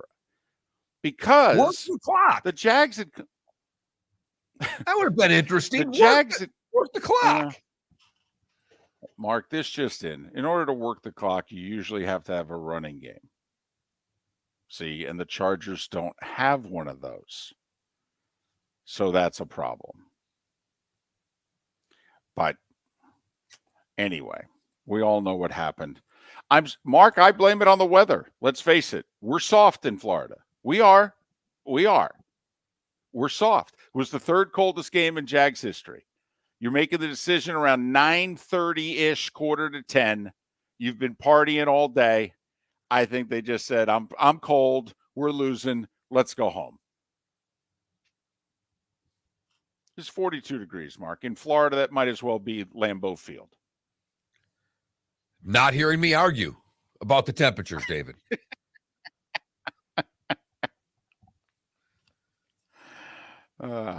What a comeback for the Jags, and they live to fight another day. Miller and Moulton, we thank you so much for listening right here on the Florida Sports Network. Don't miss the Miami Dolphins watch party every Sunday at the Seaside Bar and Grill in Bonita Springs. David Moulton for Napa Auto Parts, and Napa Filters. Insist on Napa filters for your vehicles, or if you're a do-it-yourselfer, only buy Napa filters. Napa has a filter for almost anything on earth that moves, whether it's motorcycles, foreign and domestic cars, vans, SUVs, earth-moving equipment. You get the idea. Napa Auto Parts, Napa Filters. Insist on them for your vehicles, or if you're a do-it-yourselfer, only buy Napa Filters. Miller and Moulton here for the Clutch Vodka play of the day. Mark, remember Nick Charles, Fred Hickman, the CNN play of the day? Yeah, CNN did a nightly sports show. That was a while ago. Yes, it was. Just work with me. Everyone liked the pod, the play of the day. So how about we have the Clutch Vodka play of the day? Sounds good. Fun. Smooth. Like Clutch Vodka. Listen weekday mornings for the Clutch Vodka play of the day. That's Clutch with a K. Golfers, are you bored of the same old driving range warm-up routine that's not getting you the results that you want on the course? Power up your golf swing by adding resistance bands to your range sessions with the Orange Whip Golf's Power Strap Kit. Featuring band attachments to your feet and hips, Power Strap resistance training will boost clubhead speed, increase power, improve flexibility, all with just a few swings. Buy a Power Strap Kit today. Go to orangewhipgolf.com and use code Miller10 to receive an additional 10% off the already great price of $119. Mark Miller for SWFL Golf Carts or online, flgolfcarts.com. If you're looking for a golf cart, an e-bike, or an e-motorcycle, go visit Alex and the gang at SWFL Golf Carts. flgolfcarts.com online. Check out their whole inventory. If you're looking for a custom cart, they can take care of you. 2-seater, 4-seater, 6-seater, they've got you covered. E-bikes, nobody better for value and service. E-motorcycles, check them out. Again, flgolfcarts.com. flgolfcarts.com. You were listening to Miller and Moulton on the Florida Sports Network.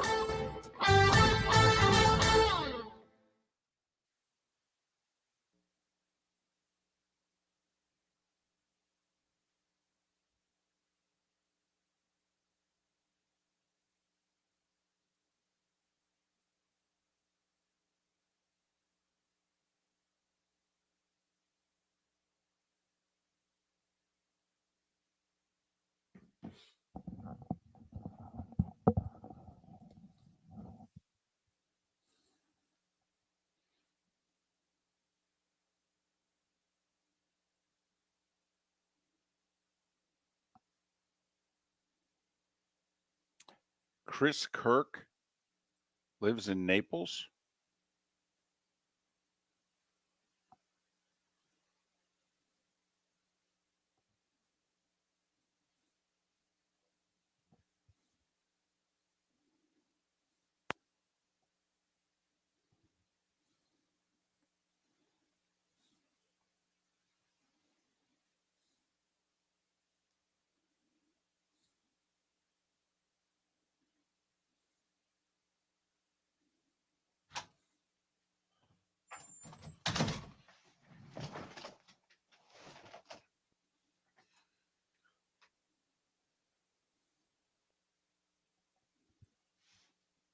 Jesus, we are getting attacked.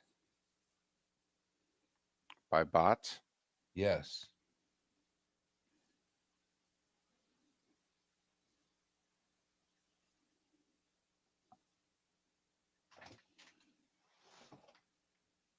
Johnny O, is that the Buckley kid as a Naples resident?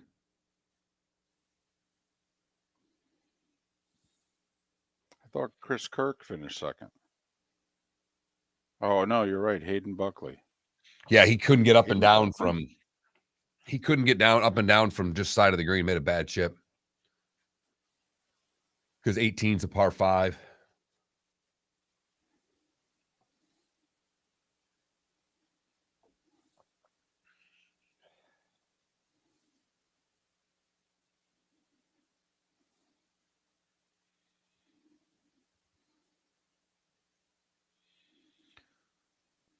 Yeah, he lives in Naples. How about that? Huh.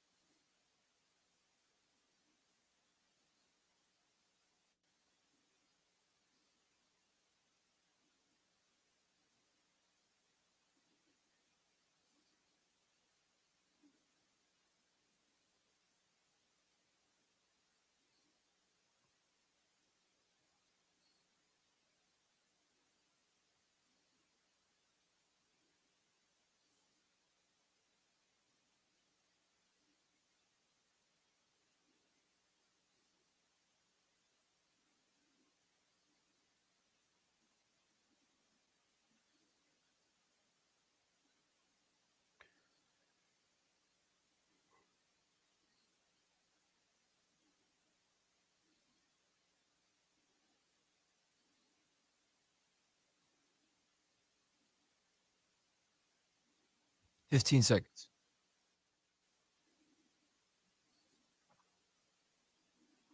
Here we go.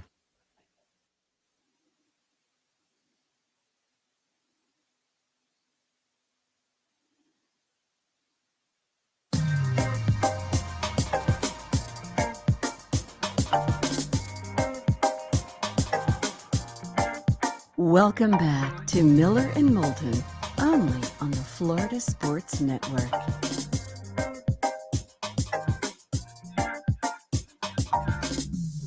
"22 minutes before the hour, Miller and Moulton, Florida Sports Network, floridasportsnetwork.com. JP Peterson to talk the Bucs and the Cowboys coming up at the top of the hour. The Big O, Orlando Alzugaray, 1 hour from now.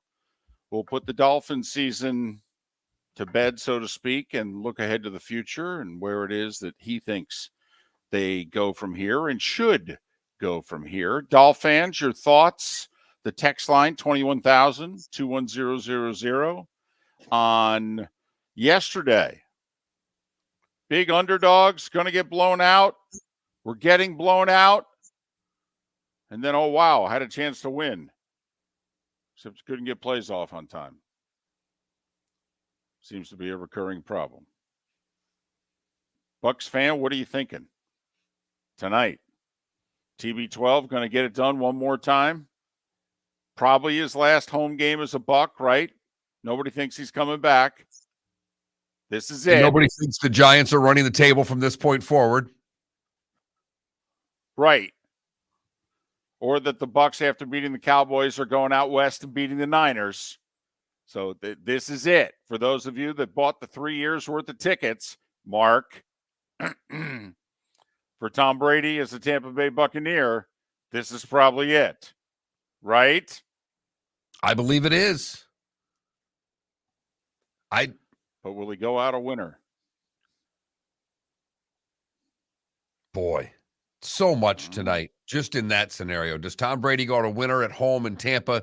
Do the Cowboys suffer another road playoff loss?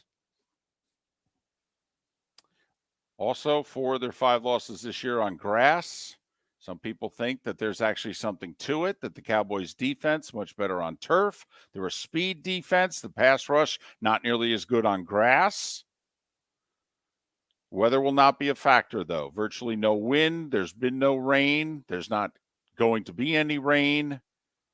It's going to be 52 at kickoff, 48 by the time the game ends.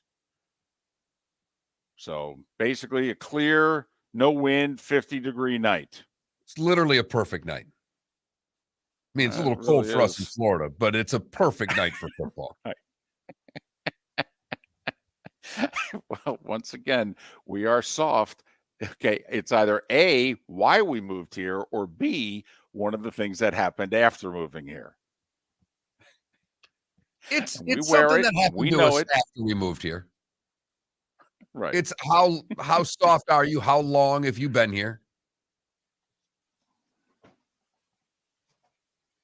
And I think Hops, there's the other side of this that Hops says too. You have Brady, who has there are those out there that don't like Tom Brady. There are those that love him, obviously, but he's beaten up on your team for so long that there's an anti-Brady sentiment.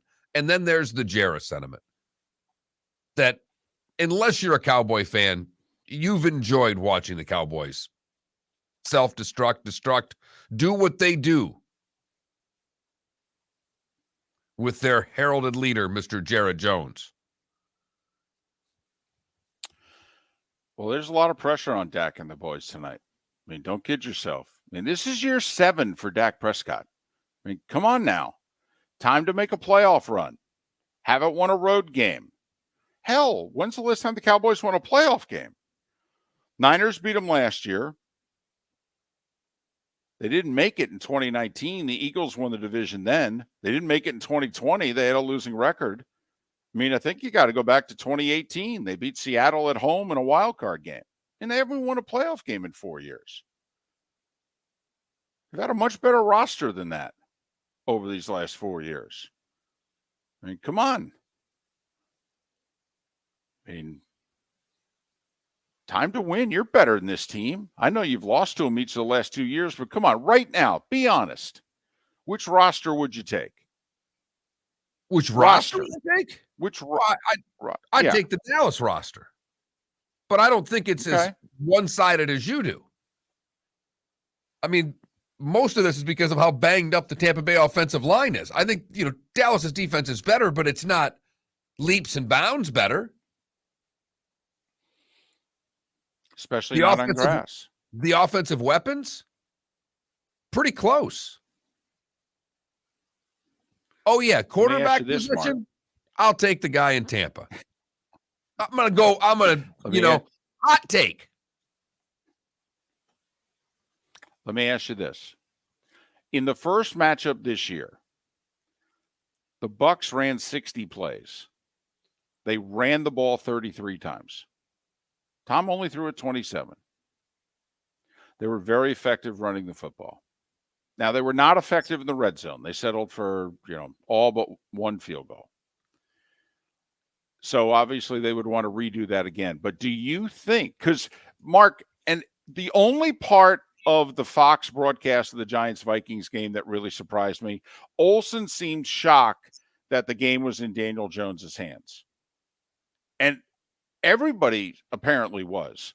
And you and I pointed out all week last week, they played 3 weeks ago and Jones threw it 42 times and Saquon ran it 14. I mean, that they decided against this team, we can throw the ball against this team. And we're going to. And then they came out and they did the exact same game plan 3 weeks later. Exact same game plan. Love to know how many times the Giants threw it on first down yesterday, because it was a lot, and they were effective as hell. Now, if you're the Bucs, do you run the exact same game plan 4 months later? In the Giants' case, it was 3 weeks later. 4 months later. Both teams are very different than they were week one. But if you're the Bucs right now going in, 33 runs, 27 passes. That was their ratio in the 19-3 week one win against the Cowboys. Don't you think, David, if that ratio is right there again, that the Bucs win the football game? Doesn't that mean that Tampa Bay has been really effective running the football? If they're running it 33 times, that means playoff Lenny's going and Tampa Bay's moving to the next round. If you give me that play selection right now, David, I think Tampa Bay's winning the football game. But you also know to get that play selection, you need two things. A commitment to the run, and then B, some first half effectiveness running so that you keep doing it. Because the Bucs, hey, we're going to run the ball. Midway through the second series, if you've stopped them for a bunch of 2-yard games, Brady looks at the sideline and goes, okay, are we done now? Can I start throwing?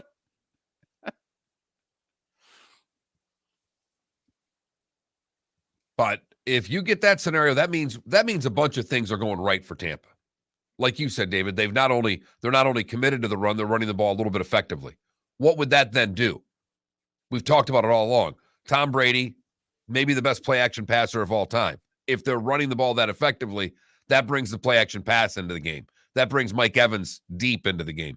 That brings a whole lot of elements that when Tampa's on, that they do. So you figure a way, and even running the ball 40% of the time, David, would tell me that they're being effective enough running the football that they're committing to it. Meanwhile, the Cowboys also ran 60 plays in the first meeting. 42 passes, 18 runs.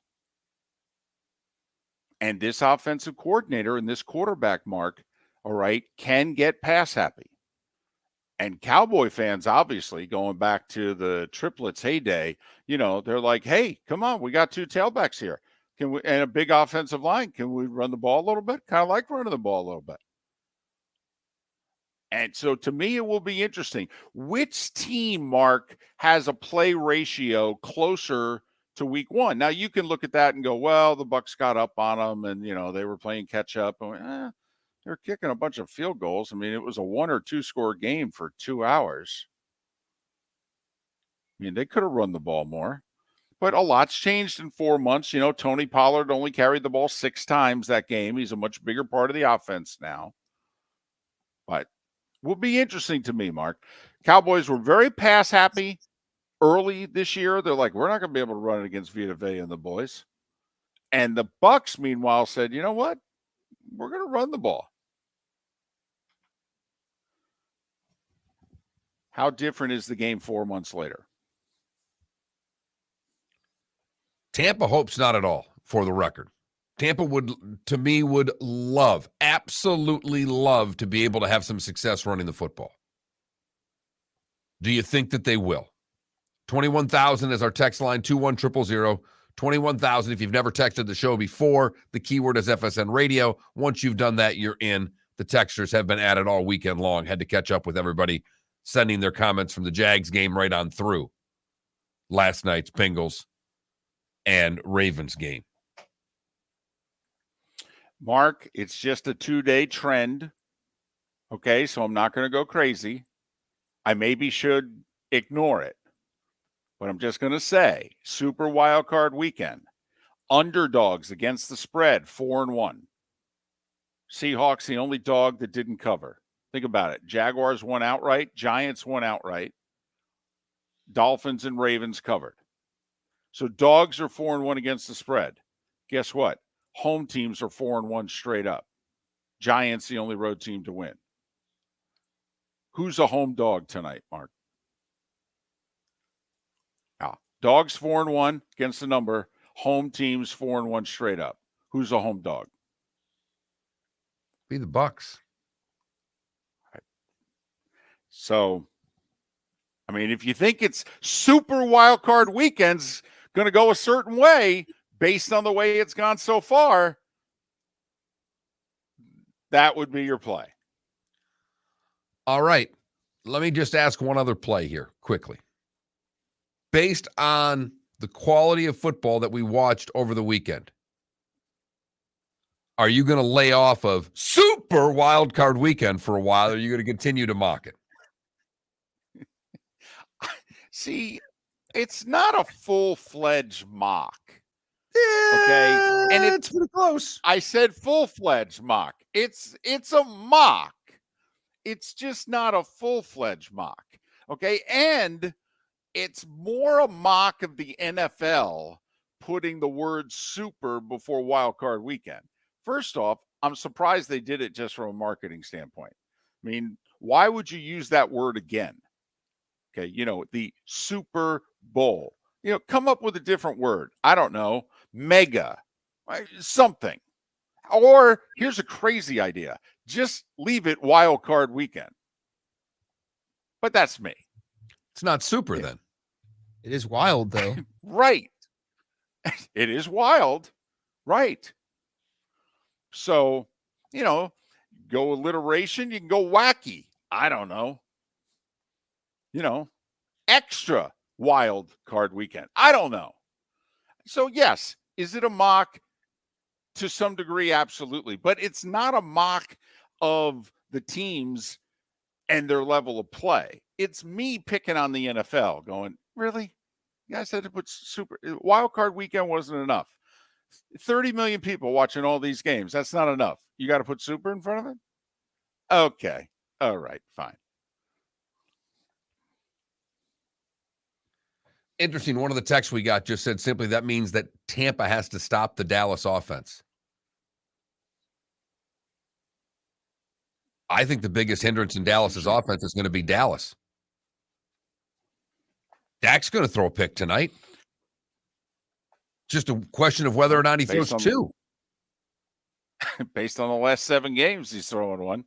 That's for sure. I will say, Mark, for what it's worth, Dak's stat line 4 months ago, very much his stat line last week. 14 of 29, a $134, and a pick.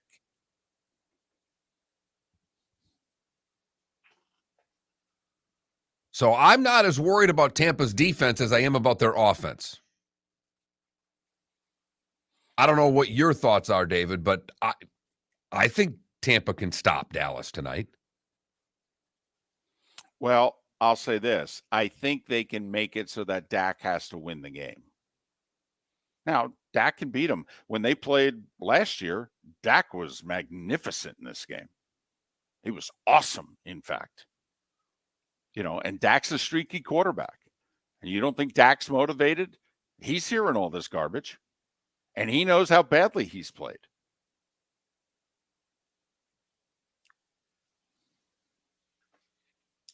Will he play a clean game? He plays a clean game. I like Dallas's chances. He does Dak things. Well, I like Tampa Bay. And I think Dak will do Dak things. That's my thoughts on tonight's game. Miller and Moulton. We'll get JP Peterson's thoughts on the games. That's next, right here on the Florida Sports Network. Bring your big mouth to John Smith Subs and indulge in their overstuffed subs with the freshest quality ingredients. Enjoy our famous steak bomb with perfectly grilled, marinated sirloin steak topped with provolone cheese, grilled onions, peppers, mushrooms, crispy bacon, juicy tomatoes, and creamy mayo. Boom! Made-to-order crispy fries can be paired with the Gator, the Cuban, the chicken bomb, or the Italian. Love local. Eat delicious with John Smith Subs. Find a John Smith Subs location near you today. David Moulton for Napa, Napa Auto Parts, and Napa Filters. Insist on Napa filters for your vehicles, or if you're a do-it-yourselfer, only buy Napa filters. Napa has a filter for almost anything on earth that moves, whether it's motorcycles, foreign and domestic cars, vans, SUVs, earth-moving equipment. You get the idea. Napa Auto Parts, Napa filters. Insist on them for your vehicles, or if you're do-it-yourselfer, only buy Napa filters. Mark Miller for SWFL Golf Carts, or online, flgolfcarts.com. If you're looking for a golf cart, an e-bike, or an e-motorcycle, go visit Alex and the gang at SWFL Golf Carts. flgolfcarts.com online. Check out their whole inventory. If you're looking for a custom cart, they can take care of you. 2-seater, 4-seater, 6-seater, they've got you covered. E-bikes, nobody better for value and service. E-motorcycles, check them out. Again, flgolfcarts.com. flgolfcarts.com.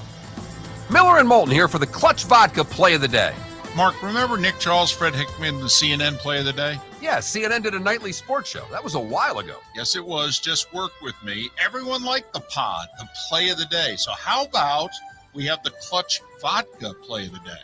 Sounds good. Fun. Smooth. Like Clutch Vodka. Listen weekday mornings for the Clutch Vodka Play of the Day. That's Clutch with a K.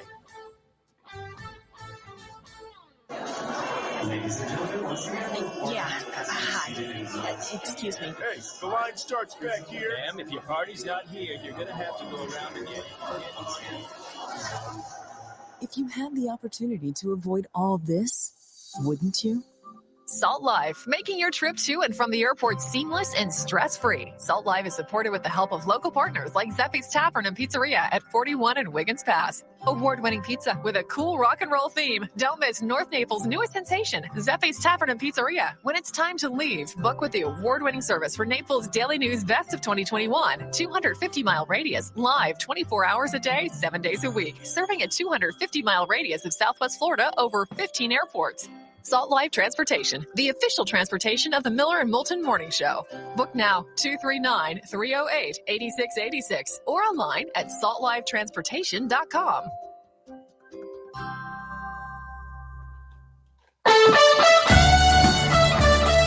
You were listening to Miller and Moulton on the Florida Sports Network.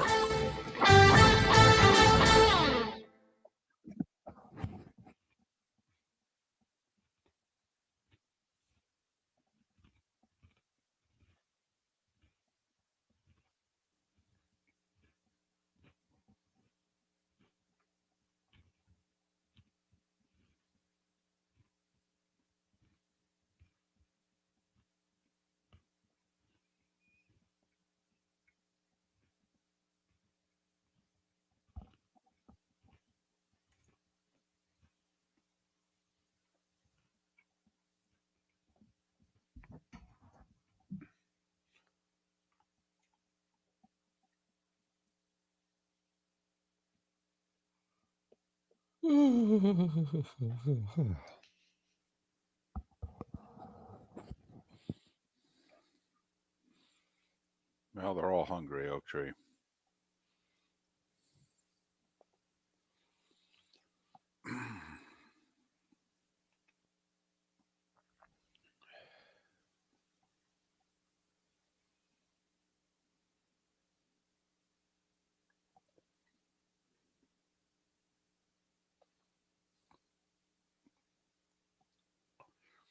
Tough to get a flight to, and tough to get tickets to.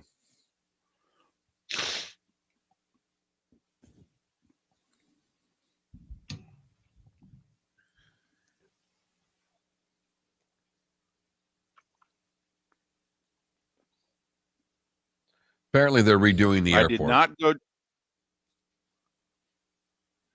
in Kansas City there. Yeah. Yeah. They're like building a new one, basically. It's the worst airport.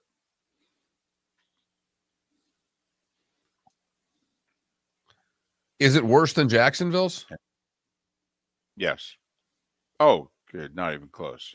Okay. I've never. Yeah. You're the only person I know that's been to Jacksonville's airport, David. Yep.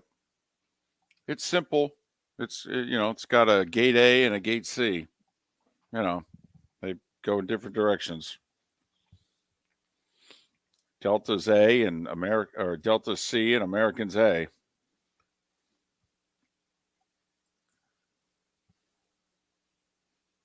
But they got like 10 gates per wing.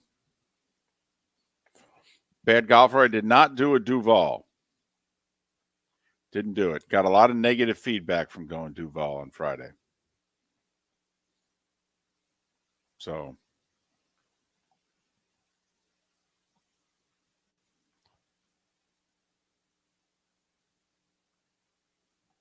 people have lost their sense of humor in spades.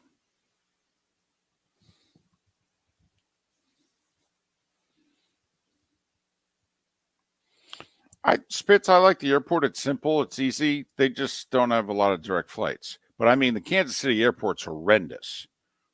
I mean, like, there'll be a legitimate flight, and there's, like, a waiting area for, like, 18 people. And there's 90 of you. In Wichita, it's probably pretty small. But, I mean, Kansas City's a pretty good-sized city in there. He's calling him right now. Gotcha. He's on the phone with him. Okay.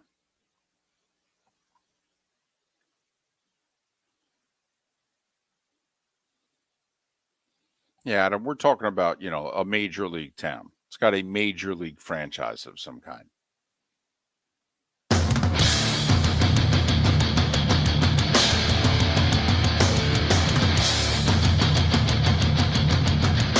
You are listening to Miller and Moulton, exclusively on the Florida Sports Network.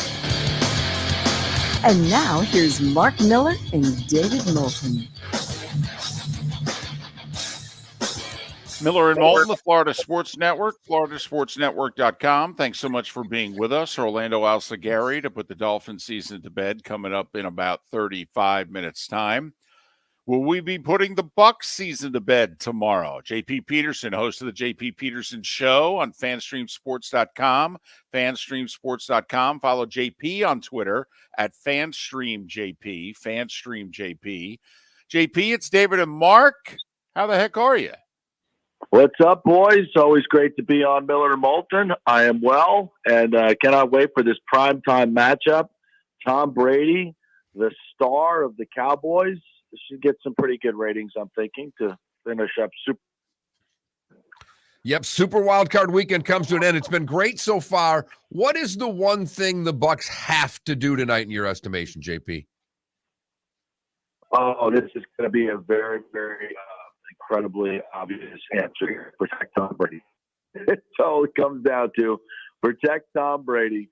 If Tom can get some time to throw, he'll be good. He'll slice up the Cowboys' somewhat injured secondary. So, but that's not going to be easy. This is the third best pass rushing team in the league. They have 54 sacks. The Bucs have a hold at left guard. Nick Leverett is sore. He may not play. If he does not play, that starts a domino effect on the offensive line. that could be an issue. Does Ryan Jensen come back? They have until 4 o'clock today to activate him. I've been told he's about 85%, which wouldn't be bad for Big Red. He could play center or guard. They could move Hainsey to guard. They could stick Luke Gedeke in at left guard, who was terrible most of the season and was replaced by Leverett after Game 6. But he was also there in Game 1. Luke Gedeke was. He was awful. But the Bucs ran for 152 yards against the Cowboys in the opener, and that was their best. I would say their best game of the year. Their most quality win. They ran the football for 152 yards total. I don't see them doing that again because we haven't seen it since. But that's what to me, this is where the game comes down to. If they can protect Tom Brady with this line that they're going to have to shift around again, they can win this football game. Well, JP, we referenced the game 4 months ago last segment and said, it was interesting if you go back and noticing that the Bucs actually ran the ball more than they threw it. And I don't know if they had another game like that this year. Maybe the game in Germany against Seattle, they were very effective running the ball. But, that's what, JP, we're wondering. Do you think the Bucs even try to go back to that game plan? Because you can run in between the tackles on the Cowboys, the whole soften up their pass rush. Do you think they even try the same game plan, or they go with plan B? Well, I think they will try it because that's what they've been doing all year. They've been pounding their head up against a wall, trying to get the running game going, and haven't been able to do it. But they still try from time to time. The running game is the most vanilla running game I've ever seen in my life. It's just it seems like it's about 3 or 4 zone blocking plays. There's not a lot of creativity to it. Their offensive line does not do it very well. But they will try because they know the numbers. Their best success offensively is when they've been balanced, but it's been so rare this year. And once again, Brady breaks a record for completions and attempts in the year. That's not what they wanted. What they wanted was what they saw week 1, but they've just never been able to get that running game on track. A lot of it has to do with offensive line issues and predictability, as I mentioned. But I have a really hard time with this game, guys, just thinking that somehow, some way, the Bucs offense is going to come out of this malaise that they've been in all year long. We've been waiting for it, but we just haven't seen it. We saw it against Carolina, but that was really more the product of 3 big plays to Mike Evans than it was sustained drives. So unless, Byron Leftwich has been holding everything for the playoffs, then he's got a pretty good poker face, then I don't see how the Bucs are going to score more than 20 points tonight. And Dallas can score. They average 32 a game. So I think it's, I think if a Cowboys fan, you're fearful of more intangibles, like, the inevitable Cowboys choke in the playoffs, right? Dak not playing well recently, which I think is a little bit overblown if you really break down some of the picks that he's had. But again, I think this is a tough matchup for the Bucs in the X's and O's way. Well, JP, the one thing to me, and I think I've asked this of every Bucs interview we've done for seemingly a month and a half now, when the Bucs go to no huddle and the Bucs are in a hurry up, they have productivity, but they only reserve that for the end of games. I would love to see the Bucs come out the first drive and go no huddle. I don't care if they run the play clock down to 2, but keep the same defensive personnel out there and try to make something happen that way. It's the thing that's confused me the most about the Bucs offense, JP. I don't know about you. Yes, absolutely. We've been talking about it all year. We've been talking about it for a couple of years, actually. Yes, this is when Brady is at his best. And again, and this is what people don't understand. No huddle does not mean hurry up. It doesn't mean hurry up. It doesn't mean like you're running really quick. Oh, we get a 3 and out. Our defense is back on the field. No, you can stay in no huddle and take it down to 2, like you said. But this is the most confounding thing. I mean, I have to go to these press conferences with Byron Leftwich all the time, and it's maddening because all these obvious things, play action passing. They're fantastic at play action passing. They don't do it a lot. They're fantastic at this no huddle. They don't do it a lot, and they're been 27, 26 in points all season long. It's a head scratcher. And that's why I sit here this morning thinking, I don't think Byron Leftwich is going to come up with some brilliant game plan to somehow beat the Cowboys. I don't. It's going to come down to if they can, get a couple turnovers from Dak It'll come down to Brady magic at the end, and chances are he'll be able to pull it off.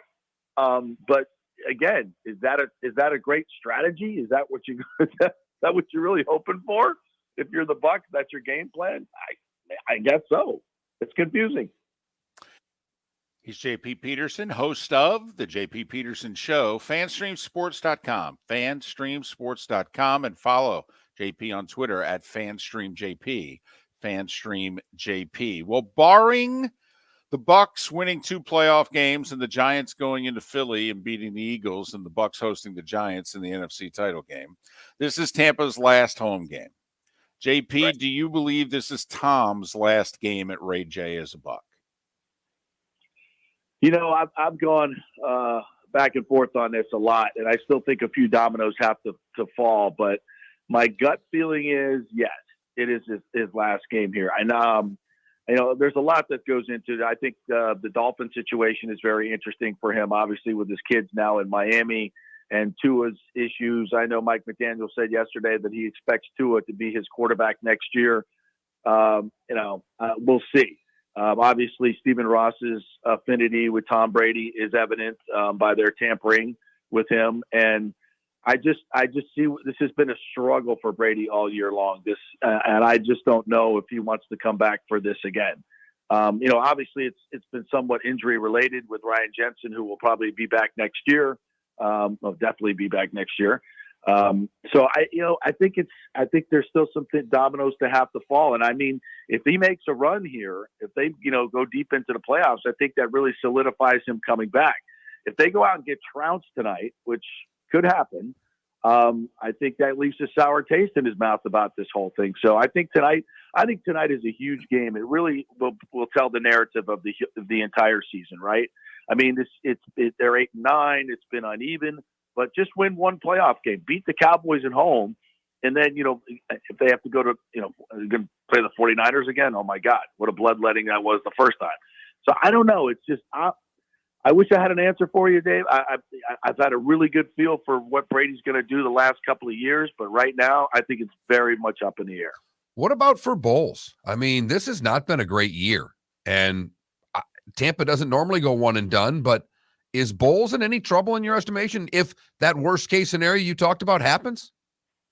I don't think so. I don't think he is. There's been a lot of chatter about him not being able to pick his own coaching staff, and he didn't really want Byron Leftwich, and he wants to do other things offensively. So, which is valid, right? But I love Todd Bowles as a human being. He's a tremendous defensive coordinator. I think he's fantastic in that role. I just don't think he was a great head coach this year. His record at the Jets suggests that he wasn't a great head coach there. As much as I like Todd Bowles, from what I've seen of his game management and the way this team has played this year, very uneven, lots of mistakes, penalties, confusing game management over and over and over again. If I were the owner, I would ask him to stay on as defensive coordinator and find a more offensive-minded offensive head coach. That was what I do, but I think generally speaking, people feel that he's safe here.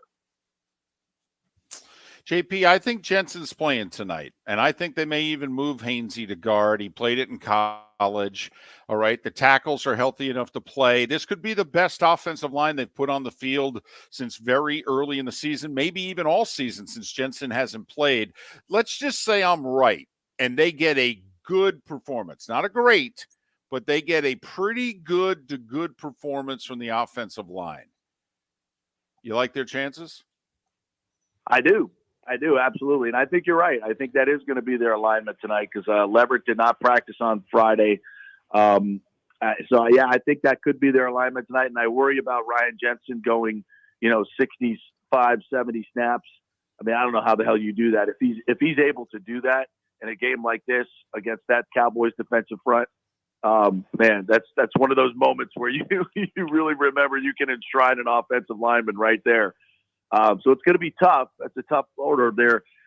But that's the inspirational story, right? That's that crazy thing that happens in Tom Brady's career that just seems to, that storyline, that narrative pops up. So I think that's entirely possible. It could happen. I do think it's the best option for the Bucs to win tonight. So, let's hope we're talking about that tomorrow, because I think it'll be inspirational, because Ryan Jensen is that guy.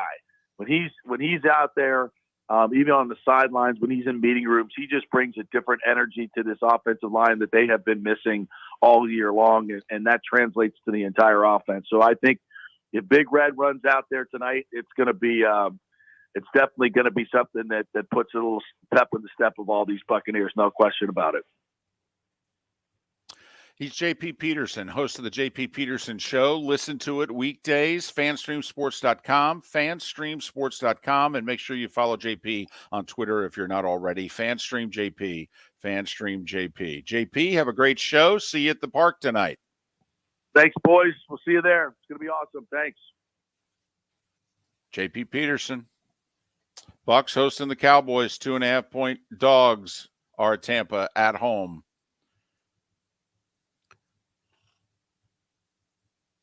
Miller and Moulton. We'll recap what JP had to say, and then, well, maybe we'll make our picks on the game coming up.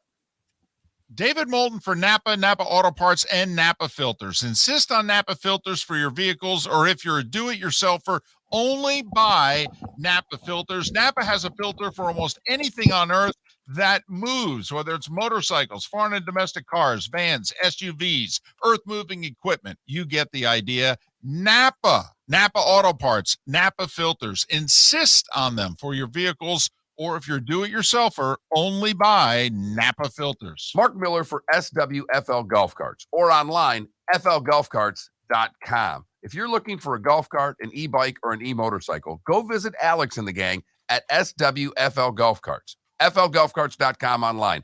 Check out their whole inventory. If you're looking for a custom cart, they can take care of you. 2-seater, 4-seater, 6-seater, they've got you covered. E-bikes, nobody better for value and service. E-motorcycles, check them out. Again, flgolfcarts.com. flgolfcarts.com. Ladies and gentlemen, yeah.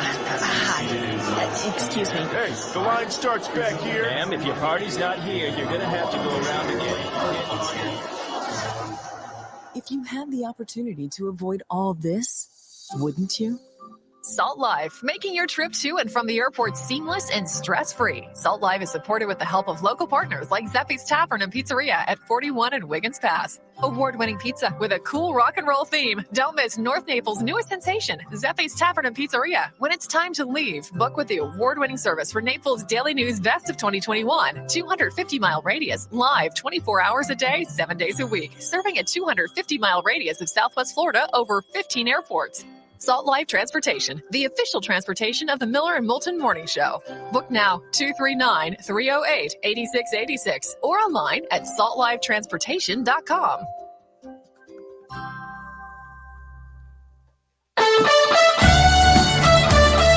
You were listening to Miller and Moulton on the Florida Sports Network.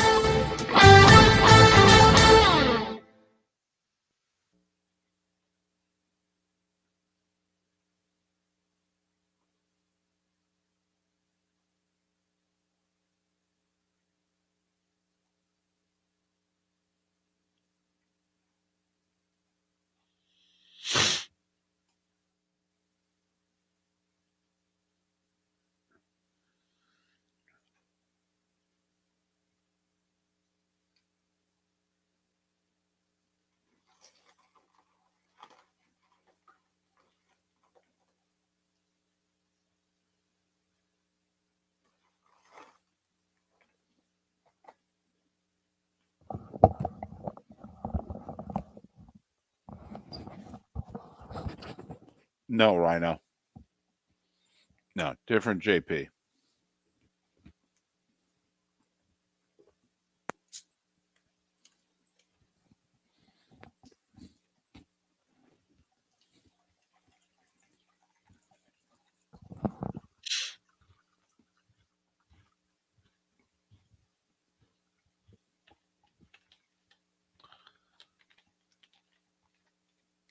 Yeah, John Harbaugh wasn't real happy with Melissa Stark's questions there at the half.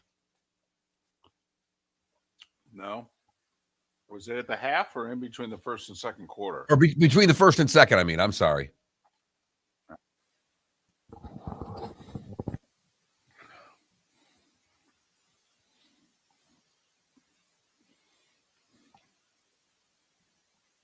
And Harbaugh wanted to take his timeouts with him, too.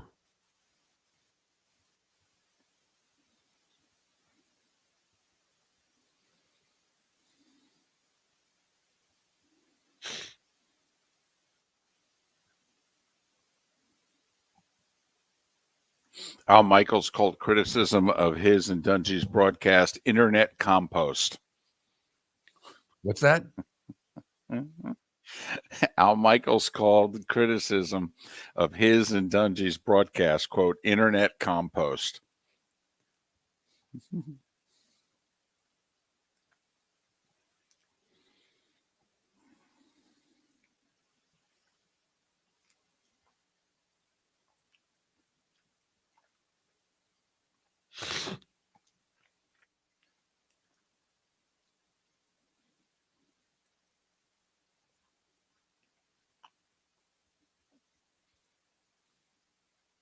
I wonder if Trevor Lawrence will ever cut his hair, or if it'll just be like a James Harden thing. Not until he hits 30. Because you can't pull it off in your 30s? Can't pull it off now. It's awful. Brady had a little something like that. Not as long, but a little something. He never had anything close to that. We never thought from behind that Tom Brady was a female. Okay? He's got long hair. I mean, who was you saw what the girl on Twitter or IG that looked like the Clemson volleyball player. His doppelganger was a woman. I mean. Oh, man. Do you want me to change to a different? No, you're fine now. Wi-Fi? No, you're fine now. Whenever you did, It's interesting. It's interesting because now you're not on my end, which is weird. But is it the same thing that the lips are behind the talking? No, you're just freezing up. Gotcha. It's not that it's behind. It's that you're freezing. But like the audio is not freezing. I could put a hoodie on. Speaking of freezing.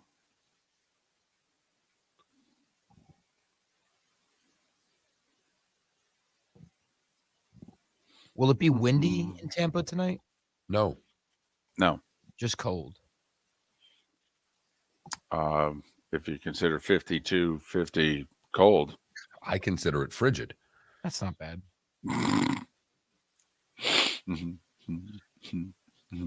Thank God for the hot tub.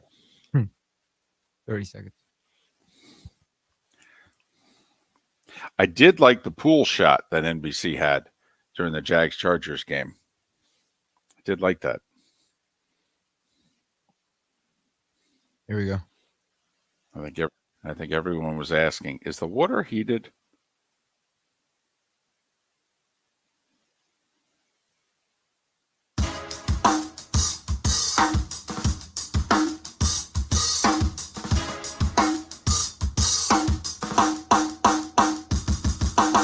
Welcome back to Miller and Moulton, only on the Florida Sports Network.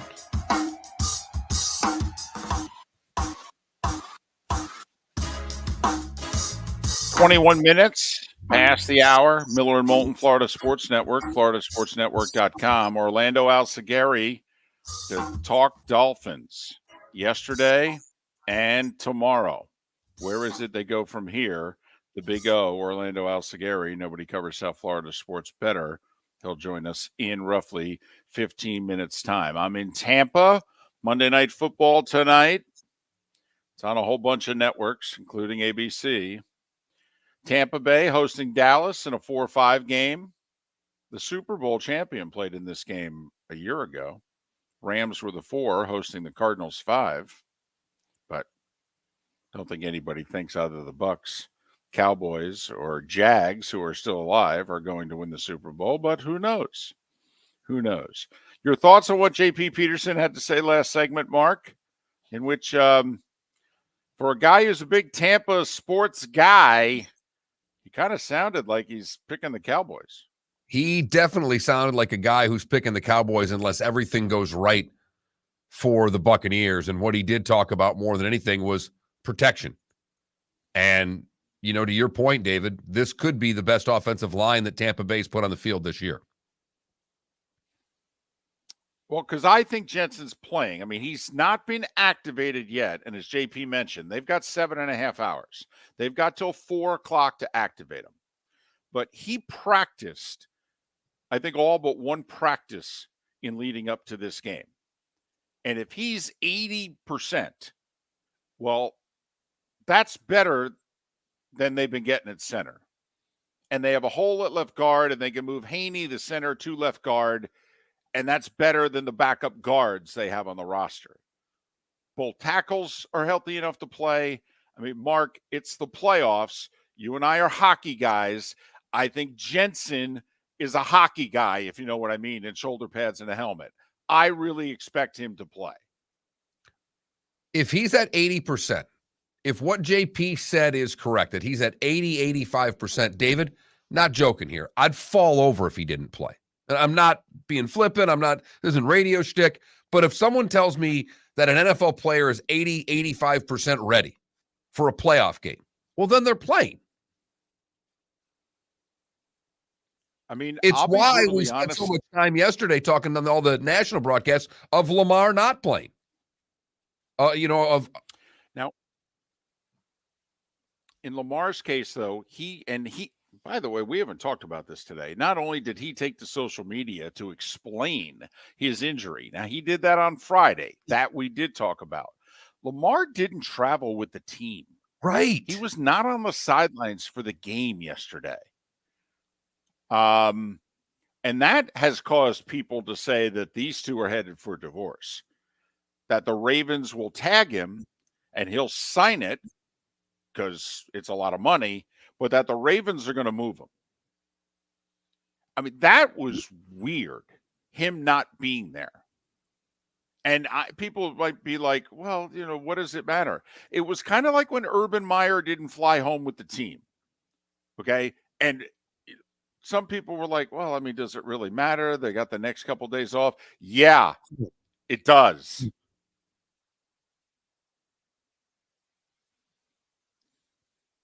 If you're the face of a franchise, you show up at the game. You travel with the team. I'm completely stunned by it. And I'm shocked, actually, by it. To me, they divorced yesterday. Him not being at the game, that's a divorce. And the other thing that's apparently happened is that in the last few days, public opinion in Baltimore has turned very anti-Lamar. So I wonder if he's just deciding I want out. But, anyway, back to the Bucs. Mark, I really want to pick the Bucs. I mean, I don't want to sound like, one of those talking heads on the 3 or 4 letter network that just, is rooting for the story. I want the Cowboys being underachieving and the Lakers being underachieving. It's really good for my ratings. I'm not that kind of guy. You know that. Our listeners know that. I just think Dallas is better. Do I think Tampa can play a game and beat Dallas? Yeah, I can. But, Mark, I really believe if they played 10 times, I think Dallas would win at least 7. I agree with you. The Cowboys are going to win. And by the way, if we were doing this from a ratings and shtick standpoint, we would be rooting for Dallas. It's the Florida Sports Network. What's more juicy than Brady being on the open market and perhaps going to Miami? So you wanting the Bucs to win is the opposite from a shtick ratings, whatever thing that we want. It's you and I are Brady fans. And at the end of the day, do we think number 12 can get it done in a postseason game against Dak Prescott? Because I think he can. I've thought the Bucs since Friday. I've not changed one bit. Now, my record 4-1 against the record spread in the regular season. Although I don't know, you're having an okay super wild card weekend. I'm 2-3 against the number. I'm not sure what you are. Dogs are 4-1 against the spread. Home teams are 4-1 straight up. Tampa Bay's a home dog. So Mark playing the super wild card trend, although actually he's been picking the Bucs, as he said, since late last week. So you got Tampa winning, and I do believe, Mark, if with 10 minutes to go, Dallas hasn't put Brady away, I do think he will come back to kill him. I do. I just think that Dallas is tired of hearing about 30 years worth of, and I think they've been tired of hearing that for 30 years, and that hasn't done a damn thing. Maybe not. I do think this is one of the 5 best teams they've had since the Troy, Emmett, Michael. I do think this is one of Dallas's 5 best teams of the last 20 years. And will they? It's very simple to me. We're talking about the Bucs and can they run it and what's the proportion of runs versus passes. Can Dallas get out of their own way and stay committed to the run as well? We've been focusing on Tampa committing to the run, David. It's about Dallas committing to the run. Can they do it?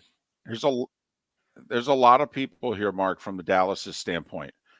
McCarthy, the offensive coordinator, the quarterback. There's a lot of guys here who really need to deliver. I think Dallas is just better. And I'm rooting for Tampa hard. Listen, I rooted for the Jags hard, picked the Chargers. Same scenario tonight in the 4-5 game. Rooting for the Bucs hard. Cowboys 24-20. If the score's that, Tampa wins. I think Dallas is going to have to get to 28. I think the game's got to be more open for Dallas to win. If they do that, I think that they can take care of things, because that means the Bucs defense has struggled. Would it surprise you to know the over-under's 45.5? I say that because also the over's 4-1 so far on Super Wildcard Weekend. Only the Ravens-Bengals game, I believe, went under. I believe 41 was an under. I'll look that up. But the over, I know, is 4-0 going into last night's game. And tonight the number's 45, you said? 45.5. Actually, the Ravens-Bengals went over. The number was 40. The over's 5-0 so far on Super Wildcard Weekend. So if you're playing the trend, over's 5-0, and the over-under's 45.5. Underdogs are 4-1 against the spread. Tampa's the underdog. Home teams are 4-1 straight up. Tampa's the home team. Mark, if you're playing the weekend, you're playing Tampa 27-20. It's a Bucs and an over. Everybody likes an over. Everybody likes the over, David. Orlando Alzugaray. We like him. We hope you do too. He's next on Miller and Moulton right here on the Florida Sports Network. David Moulton for Napa Auto Parts, and Napa Filters. Insist on Napa filters for your vehicles, or if you're a do-it-yourselfer, only buy Napa filters. Napa has a filter for almost anything on earth that moves, whether it's motorcycles, foreign and domestic cars, vans, SUVs, earth-moving equipment. You get the idea. Napa Auto Parts, Napa filters. Insist on them for your vehicles, or if you're do-it-yourselfer, only buy Napa filters. Mark Miller for SWFL Golf Carts, or online, flgolfcarts.com. If you're looking for a golf cart, an e-bike, or an e-motorcycle, go visit Alex and the gang at SWFL Golf Carts. flgolfcarts.com online. Check out their whole inventory. If you're looking for a custom cart, they can take care of you. 2-seater, 4-seater, 6-seater, they've got you covered. E-bikes, nobody better for value and service. E-motorcycles, check them out. Again, flgolfcarts.com. flgolfcarts.com. Ladies and gentlemen, yeah. Hi. Excuse me. Hey, the line starts back here. Ma'am, if your party's not here, you're going to have to go around again. If you had the opportunity to avoid all this, wouldn't you? Salt Life, making your trip to and from the airport seamless and stress-free. Salt Life is supported with the help of local partners like Zeffy's Tavern and Pizzeria at 41 and Wiggins Pass. Award-winning pizza with a cool rock and roll theme. Don't miss North Naples' newest sensation, Zeffy's Tavern and Pizzeria. When it's time to leave, book with the award-winning service for Naples Daily News Best of 2021. 250-mile radius, live 24 hours a day, 7 days a week. Serving a 250-mile radius of Southwest Florida over 15 airports. Salt Life Transportation, the official transportation of the Miller and Moulton Morning Show. Book now, 239-308-8686, or online at saltlifetransportation.com.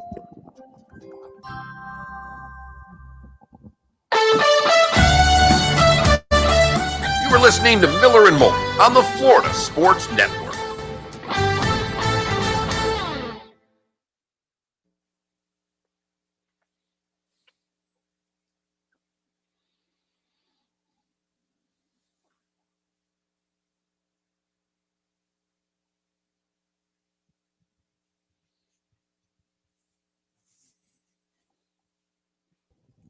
Adam, I don't think the Bucs can get pressure on Dak without blitzing.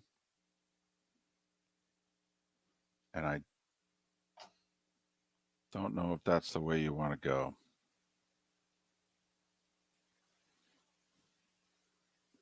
But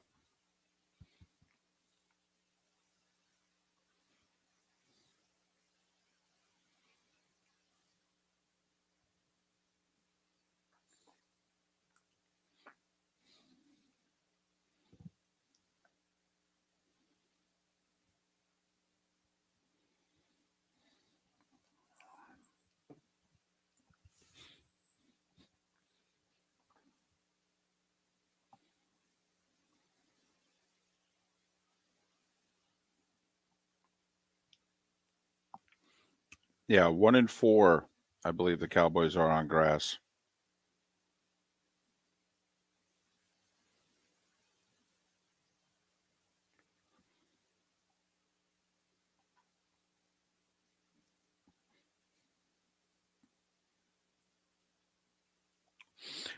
RCB, I will say, I'm having a hard time putting a lot of stock in last week's game against Washington because I don't think Dallas was ready to play. I think they knew deep down the Eagles were beating the Giants and they were playing for nothing.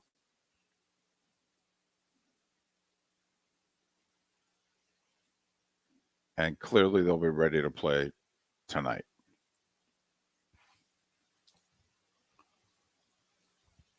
There's nothing more I hate than turf with the black stuff, the speckles. Yeah, all the pellets that. Yeah. I hate it.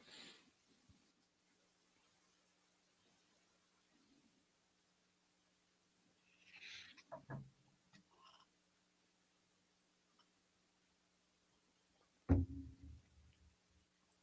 the worst are It is remarkable. Go for it. It is remarkable all of the things that the NFLPA has been unable to get.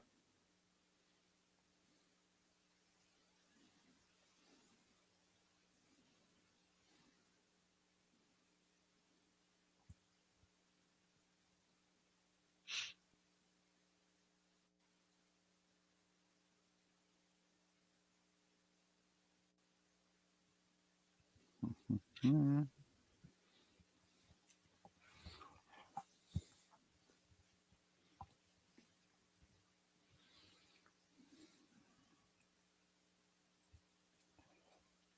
Oh, I don't know about that, Adam.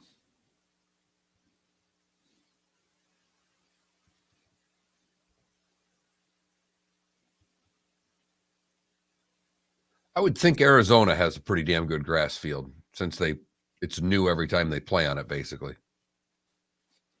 I think Lambeau's grass field's pretty good.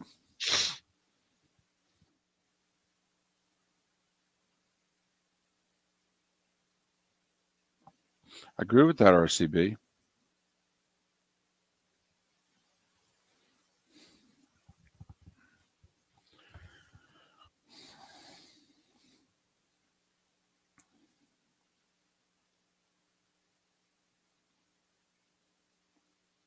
All risk, it should be a fun game. I think the Eagles are clearly better, though.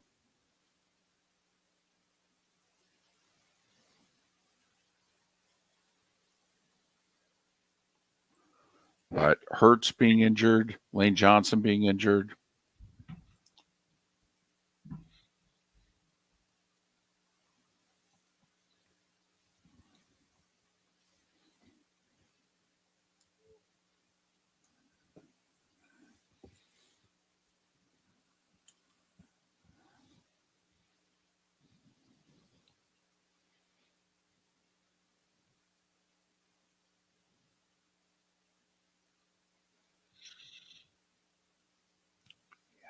He's on hold. We're back. Yeah, like 5 seconds.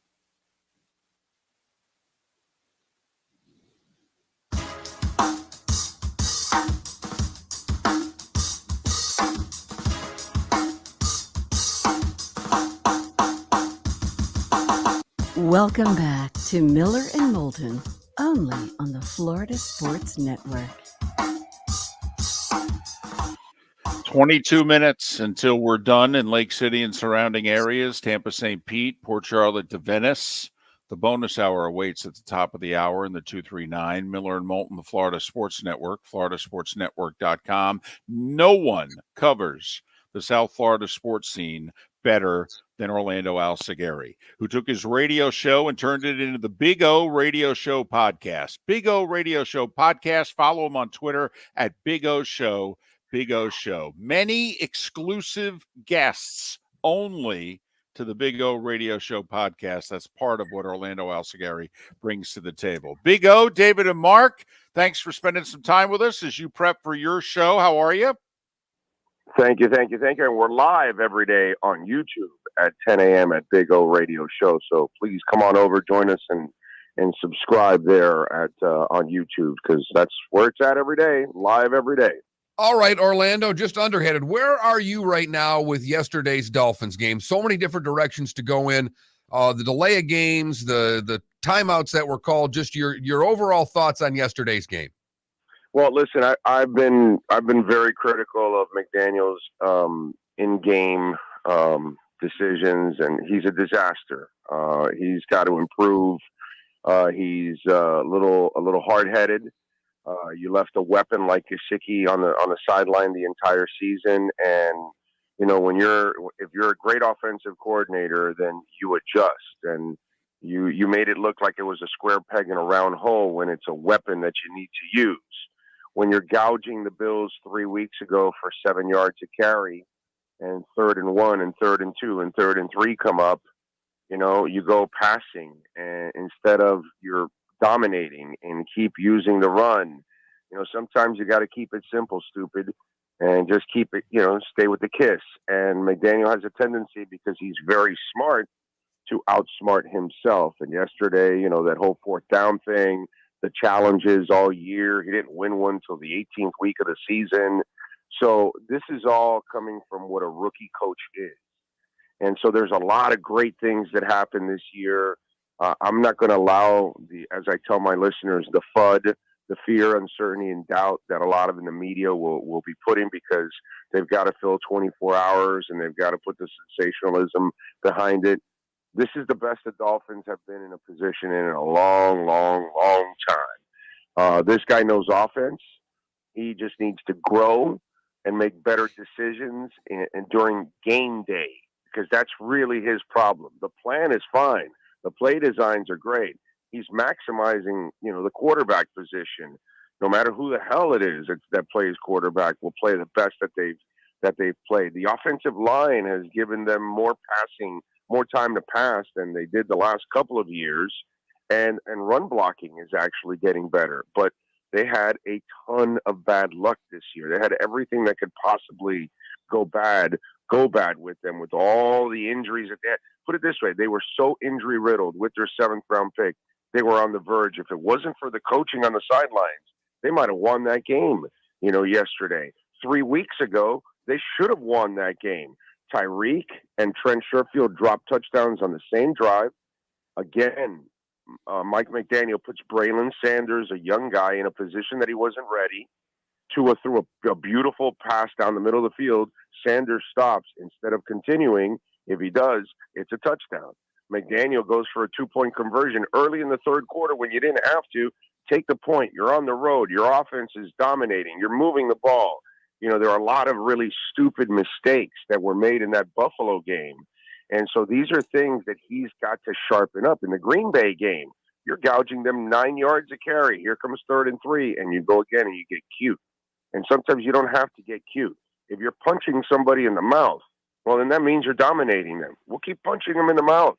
And so these are the things that he has to correct on game day, because he makes several mistakes on game day. But outside of that, I really like the direction that this team is going in, and I wouldn't make any changes. I'd stay in the front office.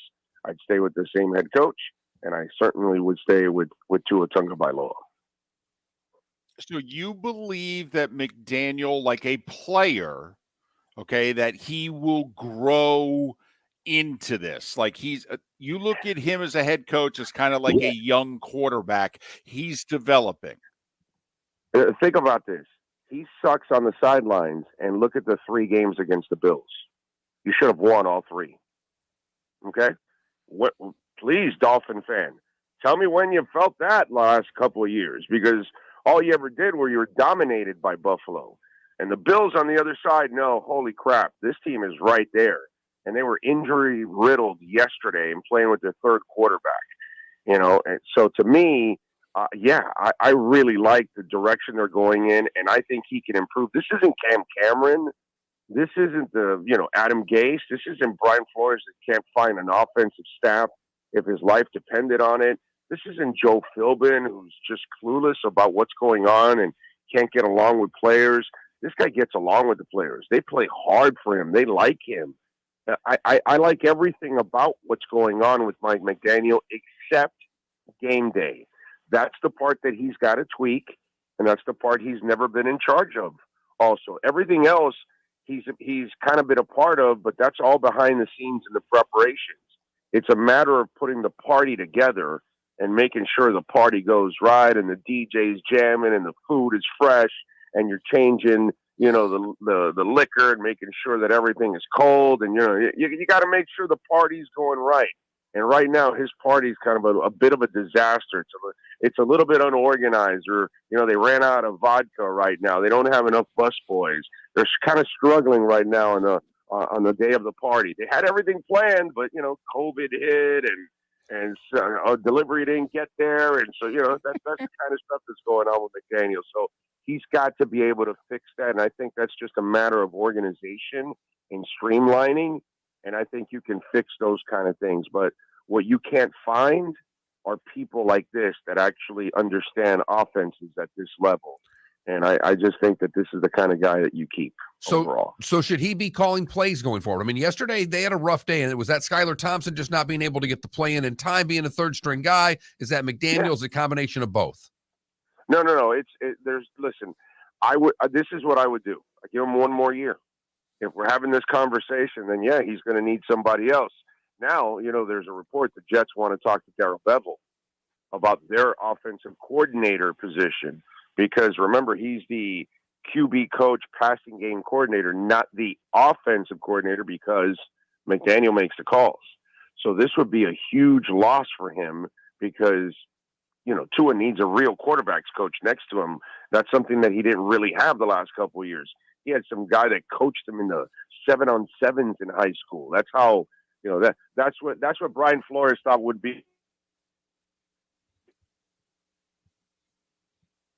And that's, these are the things that he's going to run into now, because part of being a head coach is you also have to build a staff and replace the staff, because you will lose people, fire them, they'll get promotions. And these are the things that you've got to deal with. So I would stay the course and see if he can fix that issue. I just hope we're not having that conversation next year. But I have to give him the benefit of the doubt. He's a first-year coach. He's Orlando Alzugaray, the Big O Radio Show podcast, which is live 10 a.m. on YouTube every day. Follow Orlando on Twitter at Big O Show. Big O Show. All right, we got 5 or so minutes left. Let's cover some ground here.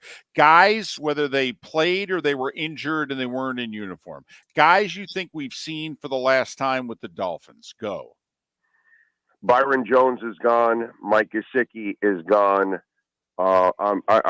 I'm pretty sure they'll re-sign Christian Wilkins and Zach Sealer. I think those guys, and then Teddy Bridgewater also gone. I think you'll part ways with those guys. X will be back next year. They won't be able to cut both Byron and X. X will be cut in 2024. But the good thing, this is a bright spot. X played probably, I don't know, I'm going to guess 70% this year. He was hurt all year. You can tell, even when he intercepted it yesterday. They're going to cut him next year. So he will be incredibly motivated to come back next year in shape so he can either try to stay with Miami or, find a place in 2024. So you'll get a motivated X. But I think at least on the surface right now, I'll tell you, Gesicki's gone, Teddy Bridgewater's gone, and Byron Jones are definitely gone. That you won't see those guys next year on the roster. They're up against it cap-wise, aren't they? I mean, that is the one thing about this. When you're talking about re-signing guys, they're going to have to be creative, will they not? Yeah. But they can get creative. I'm not worried about that. They'll have enough money to move around and make some moves. They'll be able to maneuver a little bit, but their real lack of power will be that they don't have draft capital to make any kind of trades. So that's really the issue. That's the one that, the whole Stephen Ross mess really hurt them. And then, the Bradley Chubb deal so far has been a disaster, unfortunately. But, we got to give him next year, and then we'll see how it all works out. Maybe he settles down and is productive and gets back to being the pass rusher that he's been in the past. They got like 36 guys, that are the guts of the team. And I think their average age is like 25 and change. I mean, they're a pretty young team, Orlando. When you look at the Dolphins, how long do you think with the nucleus that their window is? Oh, their window's now, these next couple of years. I mean, you're going to get an injection back of players because you have so many guys on the IR. You'll get Emmanuel Ogbah back. That will definitely help out. You'll get Nick Needham back. You'll get Brandon Jones back. You'll get Trill Williams that will help out in depth purposes. So you're gonna get some key players back that were injured last year that will help this team. But there's no doubt that their window is right now. Look at them; they can compete with anybody as long as they have two in the lineup. They can beat anybody, pretty much. So they just need the luck of staying healthy. That was the problem this year. All the damn injuries, and yet they were able to overcome by finding, Brandon Shell in the middle of the season, making the move for Jeff Wilson to go along with Raheem Mostert. And Mostert, unfortunately, ended up getting injured. Channing Tindall did not play this year, the Georgia linebacker. So you're hoping that next year he becomes an addition to this team. And who knows what they're going to find in the draft, because they've done a pretty good job of unearthing talent. Look at Cater Kohu, who became, just a star. He's going to probably take over, I think, for Byron Jones, opposite of X next year. Cater has been fine as a Division II undrafted player, just like Nick Needham, just like Trill Williams. These are guys that they're finding, under the radar. So hopefully they'll be able to add a couple of pieces, but their time is now, man. You look at this team. Right. They can make a couple of moves and make some noise. They like I told you, when have you seen the Dolphins compete with the Bills in 3 straight games that you easily could have said Miami won all 3 games? No doubt. The last 3 years, they've gotten absolutely dominated. We got about a minute left, Orlando. You picking up Tua's 5th-year option, or are you going to do what the Giants did with Daniel Jones? I'm going to pick it up because it's cheaper than if he comes back next year. And luck of the Dolphins is he comes back and he kicks ass and he has a monster season, and then you're going to have to tag him for double. And because the league average will be a lot higher than I believe it's $22 million. So I think you're better off just taking the gamble of giving him the 5th-year option, because it'll be a lot more expensive if he does explode next year. And I know there's a plan in place, and hopefully the young man will learn how to get rid of the football. If you notice, all of his injuries, I kind of talked about it on the show, they've come from 4 to 5 seconds of holding the ball. And let me tell you something, guys like Marino, guys like Drew Brees, these kind of guys, they got rid of the ball very quickly. Tom Brady, none of these guys hang on to the ball. And he's just got to learn to make quick decisions and get rid of the football. And he can live for the next play in the next series in the next week. If he keeps trying to play that hero ball, he has to understand he doesn't have the durability of Favre or the mobility of, Russell Wilson or Pat Mahomes. He's got to play a lot smarter. If he plays smarter, he can live for a long time in this league and have a lot of success. Orlando, as always, thank you for your time. Couple of little rock tidbits for you. We do this thing called Today Was a Day When. Today in 1963, the Whiskey A Go-Go opened, and Frampton Comes Alive was released in 76. So a little rock to finish us off today, Orlando. I love it. I bought that album in Passaic, New Jersey, back in the 70s. Orlando, as always, thanks for your time. Have a great show today. Have a great one. Orlando Alzugaray, he's the Big O. And that's why he hosts the Big O Radio Show podcast. Follow him on Twitter at Big O Show. Big O Show. Had to get a couple He of is tidbits true in for to, Orlando. I like it, and he'll use it. He'll use it. I have a feeling some Frampton will make his show today. Two, I believe, just under $23 million if they pick up his fifth-year option, if he's not named to a Pro Bowl team, which I don't believe he was. All right. So, yes, $23 million versus what he could make on the open market in a year.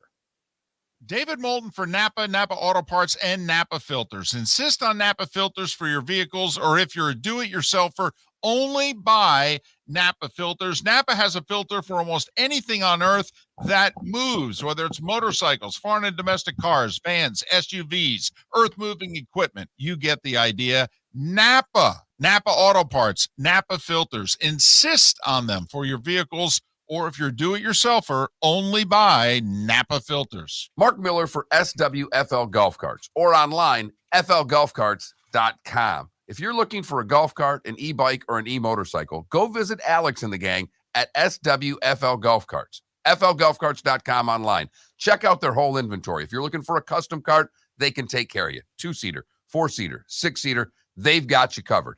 E-bikes, nobody better for value and service. E-motorcycles, check them out. Again, flgolfcarts.com. flgolfcarts.com. Ladies and gentlemen, yeah. Hi. Excuse me. Hey, the line starts back here. Ma'am, if your party's not here, you're going to have to go around again.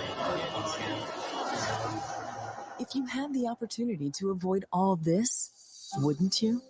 Salt Life, making your trip to and from the airport seamless and stress-free. Salt Life is supported with the help of local partners like Zeffy's Tavern and Pizzeria at 41 and Wiggins Pass. Award-winning pizza with a cool rock and roll theme. Don't miss North Naples' newest sensation, Zeffy's Tavern and Pizzeria. When it's time to leave, book with the award-winning service for Naples Daily News Best of 2021. 250-mile radius, live 24 hours a day, 7 days a week. Serving a 250-mile radius of Southwest Florida over 15 airports.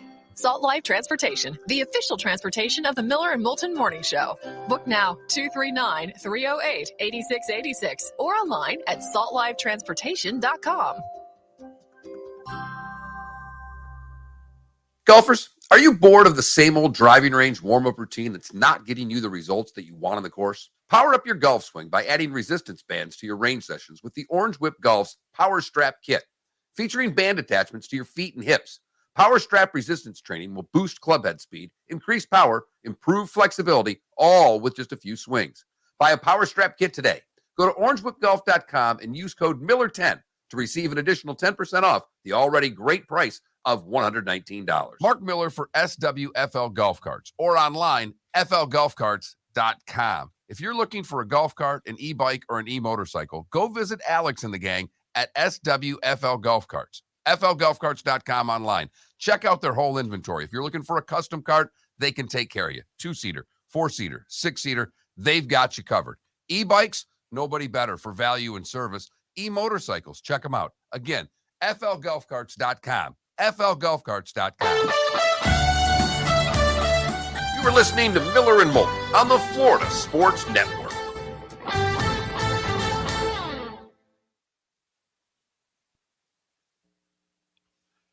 Average Vikings fan, in a perfect world, it would be the new normal. But no, we'll be doing 4 hours. You guys bitched too much of us taking 2 hours off in the last year. Never gotten more shit in my life for taking 2 hours off. Holy cow. And not from you, Average Vikings fan. Oh, no, he just asked if this was the usual thing of bonus hour. He said no bonus show on the podcast or Twitch. Is this the new normal? Don't worry if it is, just curious. If everybody would have been that nice about it, it might have been the new normal. But I got so much crap from people that I even told David I was getting crap. You got shit. I got shit for you guys. Yeah, it will be in 2023 the new normal. All right. At some point in time, we are going to reduce from a 4-hour show to a 3-hour show live. And then the bonus hour will be 3 earlier segments or 2 earlier segments and something else that we do that's original. But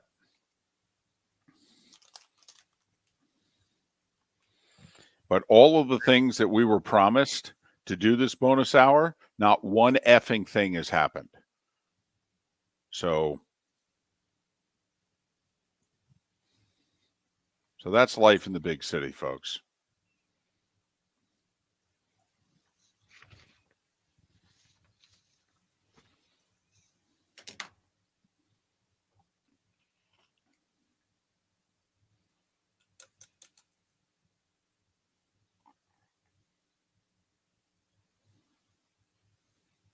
Those are easy decisions. Brian, that's not it.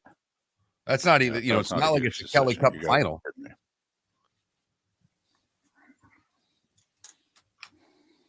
My big decision is whether or not if I'm in a close golf match on Saturday, do I throw it so I don't have to play Sunday? Just throw it.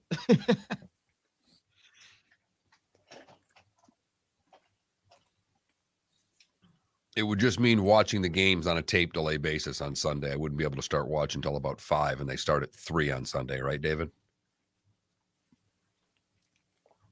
Yeah, 3 and 6:30 are the 2 games.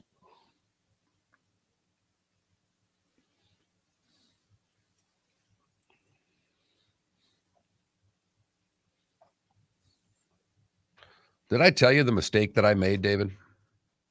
I think I did. No. I agreed to coach with a friend of mine for softball. Oh. Oh.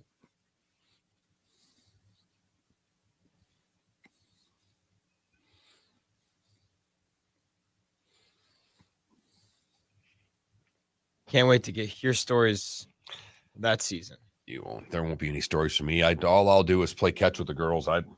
I don't care about youth sports. I love coaching little kids. I have a ball. But the one thing I don't care about coaching them is what happens during the games. Mm-hmm. All I care about is the practices. Making them better. That's all it's about at that age. I was thinking about coaching basketball, but I don't know. Just as long as you know it's about having fun. Absolutely. And winning. No, I'm just kidding. Here we go.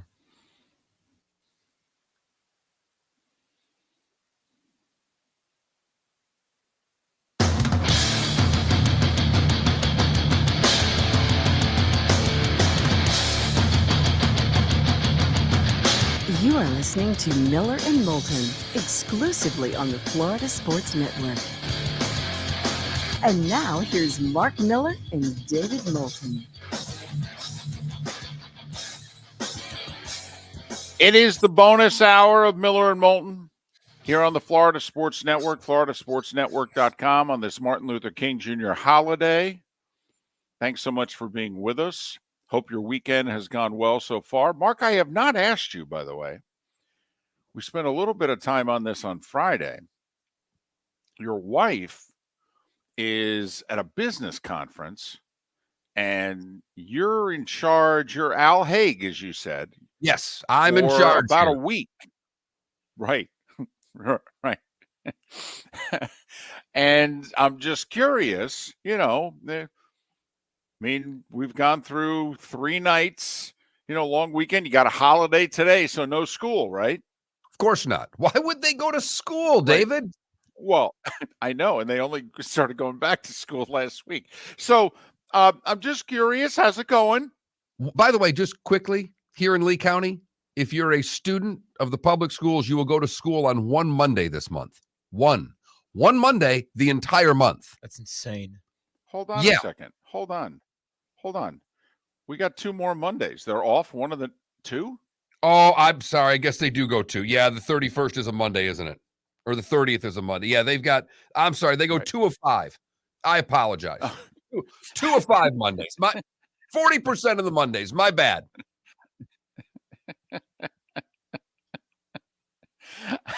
Off the top of Not my like head, they didn't quickly, have I a few think weeks off in September. right. And then we're there just was dismissing 20 those. It's hours, not days, Right. David. It's hours, not days. Huh. Interesting. It's funny. I thought it was always days. In fact, No, when no. I had a child in the school system, it was days. Well, it all Anyway, depends. but that was a while ago, Mark. I sent a text to my daughter, and I sent you a similar text yesterday. When the Giants won, and obviously I'm a Giants fan, so that was nice, right? I sent a text to my daughter that said, just so you know, you were a freshman in high school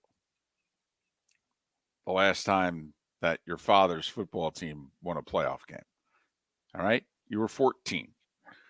So just think about that. Think about what's gone on in your life, and you realize the joy that I am experiencing. I sent you a text that said, I believe you had just gotten engaged the last time the Giants won a playoff game. Was I right about that time frame?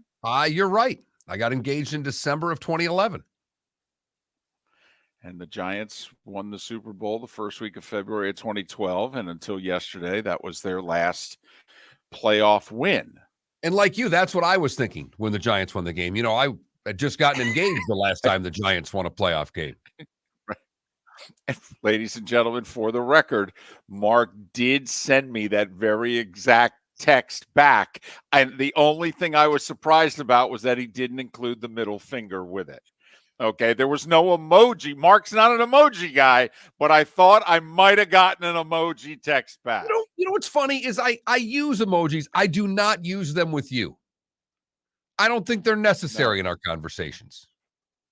In fact, if we were to start using emojis with one another, wouldn't you think there was something wrong? And it's true. I would probably, like, if you started it, I'd probably say, you okay? You been to the doctor? Everything Outside all of right? a thumbs up. That's the only one we use with one another. And Right. that's so Like, I don't even hey, have to did you answer do his that? text. Right. That's Right. Yep. Thumbs up. Okay, good. Got it.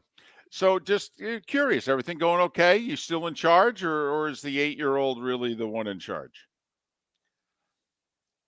it is tough to figure out whether I am a great parent, a good parent, or a bad parent during times like this, because the daughter and I are getting along incredibly well. Which I predicted that you were going to be the man. This was going to go great. And you just had to make sure you knew the day and time your wife was coming back so you could just put the place back together again. That's it. That's real. At this point, that's all that's left. Now, fortunately for me, my mom lives close by. So when I'm doing the show the next couple of days, my mom can run my daughter to school, and then I'll be, take over for the rest of the day. But I've got to help. She's got to help me get the daughter to school because I'm here trying to entertain you folks, at least trying. But I've said yes a lot. I haven't had to say no much. See? The only thing I really said no to, David, was a 10 a.m. Sprite. At 10 a.m., because we get up, my poor daughter, I don't know what's going to happen. At some point, she's going to turn into a normal kid that sleeps in. And that'll come when she gets closer to be a teenager. But I'm up on the weekends. See, you can still sleep in on the weekend. You still have the ability to make it till 7, 8 o'clock somehow. I have no idea how. But we get up between 3:30 and 4:30 every day. So on the weekends, if I really sleep in, I make it till 6. So we were up early. Sunday had breakfast, went to church on Saturday, took care of that. The wife got the text that we'd already taken care of church. So I can do no wrong at that point. But the daughter at 10 a.m. went with the, can I have a Sprite? And yes was flying out of my mouth. And I just turned my head and I went, it's 10 o'clock in the morning. That was the only time I've said no. I'm curious, is noon the witching hour? Does it have to become PM? Okay. It's got to become All PM right. before you start Fair knocking enough. down sodas as a kid. She only gets, she Fair gets enough. one a day tops. So I figured I'd hold off till noon. All right. For those that are wanting their hardcore sports talk, you get it in 30 seconds. If you could just bear with me on this. So I don't know if it was the first time that my wife met my father. I think it was. Okay. And we go over his place at like 10-ish a.m. on a Sunday. and my dad's trying to be hospitable. And remember, I'm with a minister's daughter. All right. Now, don't get me wrong. Short black skirts, parties like a rock star, but that's who I'm walking in with. It's a Sunday morning, the whole deal. Okay. And my dad at about 10:08 a.m. says, "Hey, you want a beer?" And Sounds like just Mr. looks at Mom. me It's and I 10 go, o'clock in the morning. Scotch. right. Okay. And I looked right back at her and said, "Well, this is what you missed. You wanted to meet him."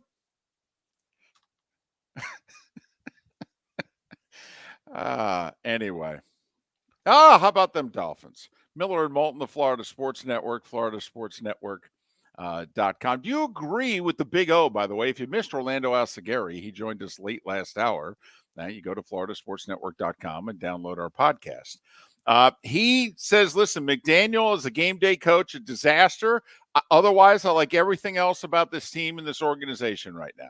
Hard to argue with what he said about McDaniel because it is true. The team has played very hard for him. The only thing that I disagree with Orlando about completely is that I would not, under any circumstances, sign Tua to the 5th year right now. I can't do it with all the concussions. I don't know if he's going to play. I'm not giving him. I'm going to take my chances, do what the Giants did with Daniel Jones. I understand Orlando's reasoning. I just happen to disagree with it.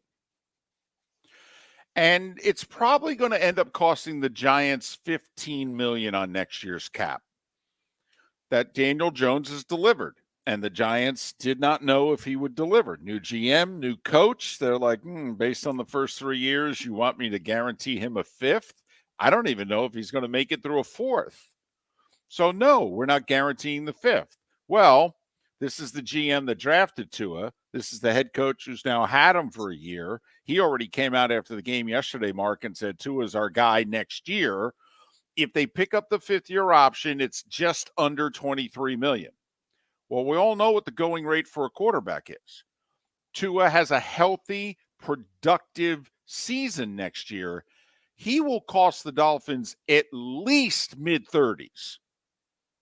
So, I mean, you figure that's a $12, $13, $15 million roll of the dice that the Dolphins are going with here. Then again, if he's got 2-3 more concussions and he's not your guy, you're on the hook for $23 million. So that's the roll of the dice. Miller and Moulton, for the record, we're not picking up the option. And we're both Tua guys. Right. But we're not doing it. That's the part that I find. You would think that Miller and Moulton would be the first two that would be signing Tua because we've been in his corner since day one. I can't do it with the concussions. And if you think of it from the standpoint, let's just say 35's the number that you're going to sign him for. He has a productive year like you talked about. You're going to move on with Tua. $35 million. So you lost $12 million by not signing the 5th-year option. Right. But it's still, you're plus $23 million if you're right. Because if you sign him to the 5th-year option and you're wrong and he doesn't play, you're like David said, you're stuck for that. So your net gain's about $12 million that way. So I just don't know how. I couldn't do it. Not with the cap going up, not with what's happened in the league, and not with what's already happened this year. Based on the 5 games that have already been played Super Wild Card Weekend, the over, by the way, is 5-0. In terms of over-under, how many points are going to be scored in a game. Tonight's over-under is 45.5. And with Dallas being a 2.5-point favorite, basically this is a, 24-21 game? Give or take a half a point? I mean, that's what Vegas is saying. This is basically 24-21 Dallas tonight. Underdogs are 4-1 against the spread. Tampa's the underdog. And home teams are 4-1 straight up. Only the Vikings lost. Tampa's the home team. So if you want to follow the trend from Super Wildcard Weekend, you're taking the Bucks, the points, and you're going over.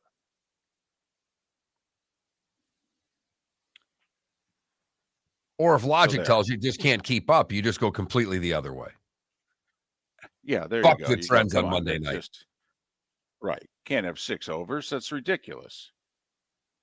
But can we have a second home team lose? Remember, Jags were a dog, but they rallied. Vikes were a 3-point favorite. They couldn't pull it off.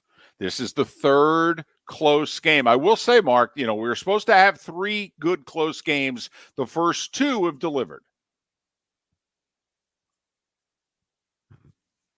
Maybe that 3-point favorite. That's why they threw a 3-yard pass at the end of the game in that Vikings game. Maybe something there. Wow. I have a feeling you're gonna bring that up a few times over the next 7 months. Now, not as much as they're going to bring it up on K-Fan in the Twin Cities, but I have a feeling you're going to bring it up. Miller and Moulton. Thanks for listening. Florida Sports Network.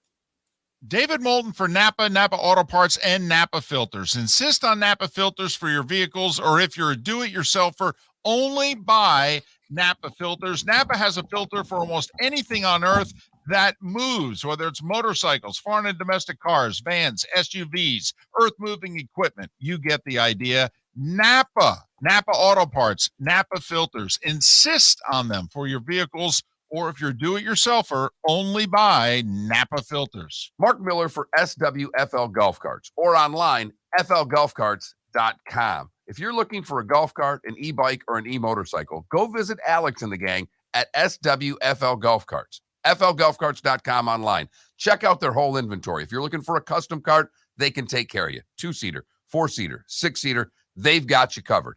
E-bikes, nobody better for value and service. E-motorcycles, check them out. Again, flgolfcarts.com. flgolfcarts.com. Ladies and gentlemen, Yeah. Hi. Excuse me. hey, the line starts back here. Ma'am, if your party's not here, you're going to have to go around again.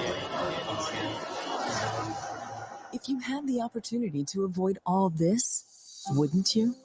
Salt Life, making your trip to and from the airport seamless and stress-free. Salt Life is supported with the help of local partners like Zeppi's Tavern and Pizzeria at 41 and Wiggins Pass. Award-winning pizza with a cool rock and roll theme. Don't miss North Naples' newest sensation, Zeppi's Tavern and Pizzeria. When it's time to leave, book with the award-winning service for Naples Daily News Best of 2021. 250-mile radius, live 24 hours a day, 7 days a week. Serving a 250-mile radius of Southwest Florida over 15 airports.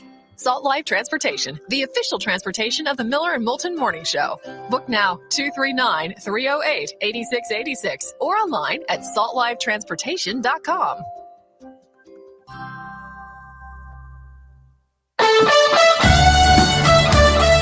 You were listening to Miller and Moulton on the Florida Sports Network.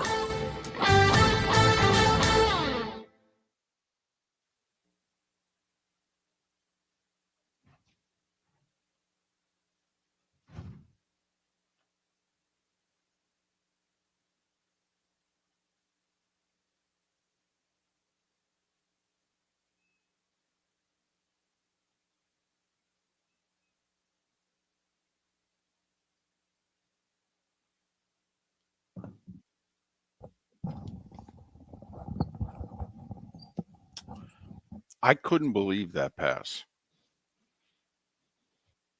Like, I was incredulous. And obviously, I was rooting for the stop. And I'm like, right, what's he doing? What are you doing? I think I might have said it out loud. I'm like, what? I did. And he had someone all over him. It's not like, it's not like it was someone running across the middle without anybody in 3, 4, 5 yards away from him. He's standing still with a guy all over him. Cousins didn't play a bad game. He made a bad pass there. He made a bad decision under pressure. He was about ready to get drilled by a lineman. And he said, I can tell you exactly what I was thinking. I was thinking I was going to Jefferson, but I didn't like the look. He was double teamed. And I didn't see how I was going to be able to get the pass to him. And so I threw it to Hawkinson because I said I can't take a sack here.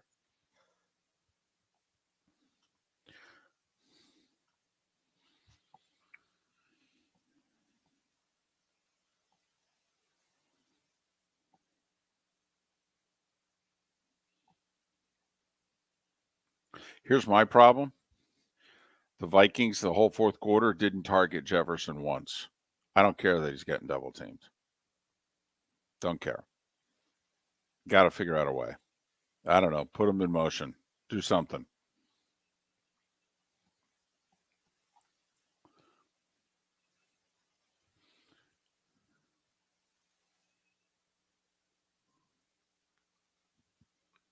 So.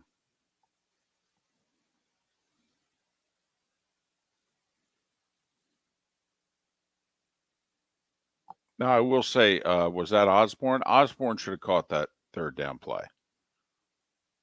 I know it was tight coverage, but he did not deflect that ball. He got his hand in there, but the ball went over the arm. It just hit him in the shoulder pad. Osborne didn't catch it. Tried to body catch it.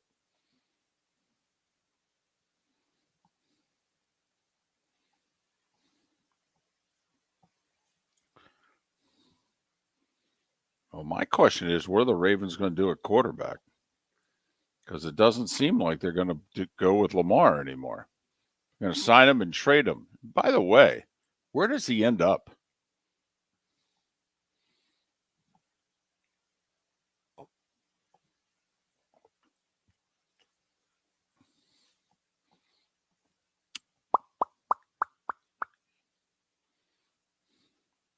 That 3-year Letterman tweeted out the roughing the passer call from the Vikings game with this.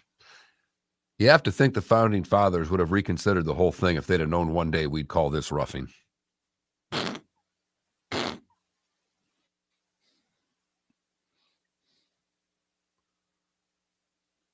you see the comments of Reds president Phil Castellini again, our guy? He's coming up on, yeah, he made some more comments. Yep.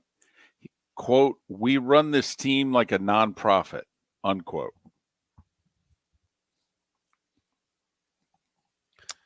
Baseball is an industry in crisis, he said.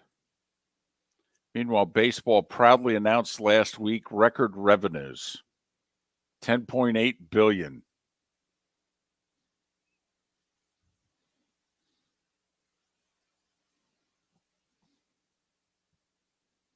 We run this team like a nonprofit.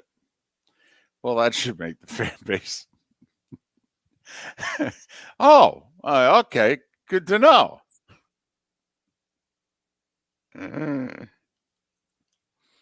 Golly.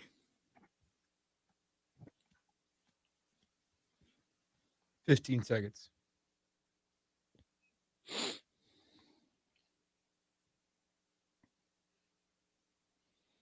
Here we go.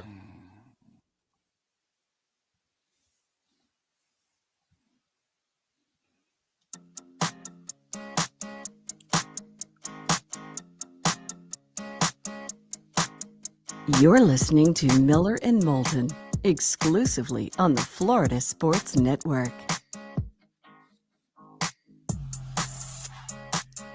$21 past the hour. Miller and Moulton, Florida Sports Network, floridasportsnetwork.com. 5/6 of the way through Super Wild Card Weekend, in which, quite frankly, it's been pretty super. I mean, if a one-score game at the start of the fourth quarter is your definition of a good game, then the only game that wasn't a one-score game at the start of the fourth quarter was the Jags. They were down 10. They threw the touchdown at the end of the third quarter. They didn't convert the two-point conversion. As we know, they came back to win. Speaking of which, just quick sidebar. We talked about, what are the Dolphins going to do with McDaniel, and you're pretty critical of his performance. And we wonder about Bowles' future if the Bucs lose tonight. You're the Chargers owner. You keeping Staley? No. Well, I shouldn't say that. Am I getting Sean Payton? Well, I mean, put it this way. Now you have to be willing to pay the freight. I also, the Chargers run their organization in a very non-Sean Payton way. They don't like a head coach who's the power structure. Remember, that's what got Marty Schottenheimer fired. He goes 14-2. He got fired. Well, him and the GM hadn't spoken in a year and a half before the firing. And the Chargers, Spanos, now that was the father, but Spanos supported the GM. It was 27-0. Yeah, yes, it was. It was 27-0. Uh-huh. Yes, sir. And they decided that, and I know they didn't run it a lot this year, but they decided we wouldn't run it at all in the second half. We're not going to try to eat any clock. We're not going to try to do anything to slow this game down. We'll just throw it 3 times and give them the ball back with as much time on the clock as is humanly possible. The play calling was putrid. The execution wasn't good. That's not on the coach. But I thought the second half play calling was bad. I thought, Jacksonville, they only had it 4 times, Mark. Now, they scored on every possession, but I'm just saying they only had the ball 4 times. I mean, I think the Chargers only had 1 3-and-out, if you know what I mean. But literally every single sequence, like tennis, serve. Well, Jacksonville kept breaking the Chargers serve. You know what I mean? They kept winning every sequence.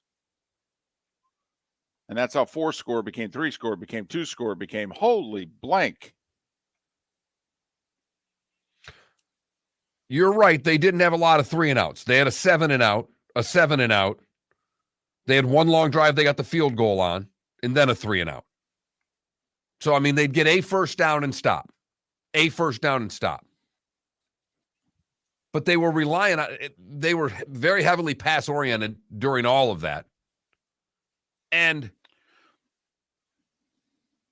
the lack of immaturity in Bosa, the coach has to get some blame for that. I know it's Bosa's fault, but having control of your team and understanding situations ends up coming on a head coach. The irony is Staley was in charge of the defense. He's a defensive guy. He was not calling the offensive plays. So, yes, the offense only scored 3 points, but the last 5 times the Jags had the ball, they had 4 touchdowns and a field goal. You'd think a defensive coach would say, give Eckler the ball. I don't know. Call me nuts.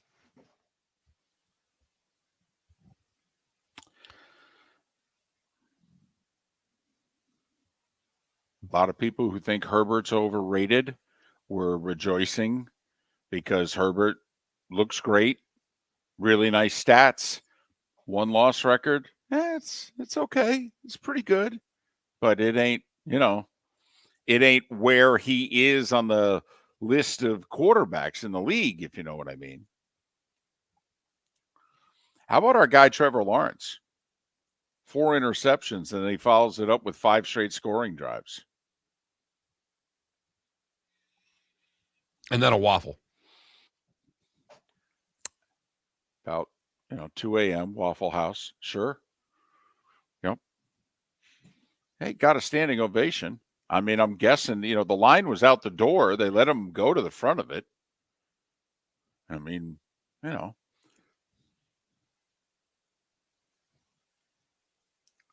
good recognition by the home fans there.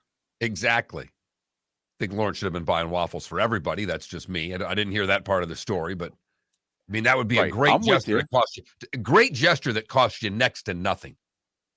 Oh my goodness. I pick up the tab at a Waffle House. If you don't have cash, because he's young enough that he probably didn't, you just take the Visa out and say, just put 1,000 on it. And I've got the next $1,000 worth of meals here.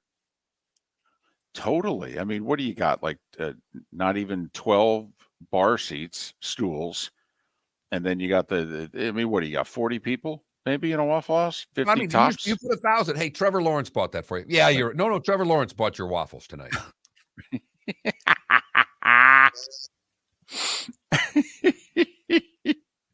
No, but that's a good point, because I'll bet you $500-$600 was every person sitting eating in that Waffle House. If you picked up all the tabs, it'd probably run you about $600. Yes. And then that covers the people who are waiting outside. Right. Throw 30% tip on there for everybody so the staff's happy. Right. They're going to get double dipped because they already got a free meal. They're going to throw a couple extra bucks on there. Everybody wins. Right. Have you guys ever been to a Waffle House? So, Are you out of your mind? Of course. I've never been to a Waffle House. Is that a joke? Are you? What? You're fired. Okay. No. See, I don't know why you're laughing. You've screwed up a lot of things, but that is way on top of the list. Because Waffle House is like a Florida staple, or is it more of like a Georgia staple? It's a staple. But it's like a Florida thing. No. It's a Southeast thing. It's a Southern thing. Southeast, yeah. I've never been to a Waffle House. Wow. I'd love to go to one. I mean, no, obviously you wouldn't. Don't get me wrong. If you would have loved to have gone to a Waffle House by now, you've been drunk at 2 a.m. You've had an opportunity. I've gone Whataburger instead, or anything else. I don't know. Well, hold on a second. You've been in college in Southwest Florida the last 4 years. When you're drunk at 1, 2 a.m., where are you going if not I mean, there's an IHOP I know of in, South Fort Myers on 41. The diner's not open late. No, the Carlos. closest Waffle's an exit down. He's got to go to Bonita Beach Road for the closest Waffle House. Yeah. So the drunk snacks are limited to McDonald's / Taco Bell. And Taco Bell's cheap. All right. So's Waffle House. Yeah, I hear. Well, so's Waffle House. That's true. You get a lot more bang for your buck there, too. I'm going to tell you that if you have not been to a Waffle House by Valentine's Day, seek new employment. Giving you plenty of time. Giving you a month. Giving you a month. That's solid. Okay. In fact, okay. Listen, Felipe, have I been to a Waffle House? I purchased Waffle House gear. I have a Waffle House shirt and a Waffle House hat. Now, I traded CBS sports hats for the Waffle House hats at the Athens, Georgia Waffle House, the closest Waffle House to the University of Georgia. All right. We swapped out. That's fantastic. I worked in minor league sports for a long time. I mean, we'd get in on some of these trips. You pull into Greenville, South Carolina at 3 a.m. You know what's open? The Waffle House. I've done a Denny's trip. Listen, Grand I Slam? like Denny's. I do. Love the patty melt at Denny's. Okay. Grand Slam breakfast is solid. Okay. It's not nearly as greasy and not nearly as hole in the wall as Waffle House. There's Not a to charm mention to it. Yeah, Hey, morning. Doesn't matter what time it is. You walk into a Waffle House. Morning. You guys are the elders, so you know more than I do. Has nothing to do with being elders. It has to do with loving greasy 2 a.m. food. We're connoisseurs. Miller and Moulton, the Florida Sports Network. Miller and Moulton here for the Clutch Vodka Play of the Day.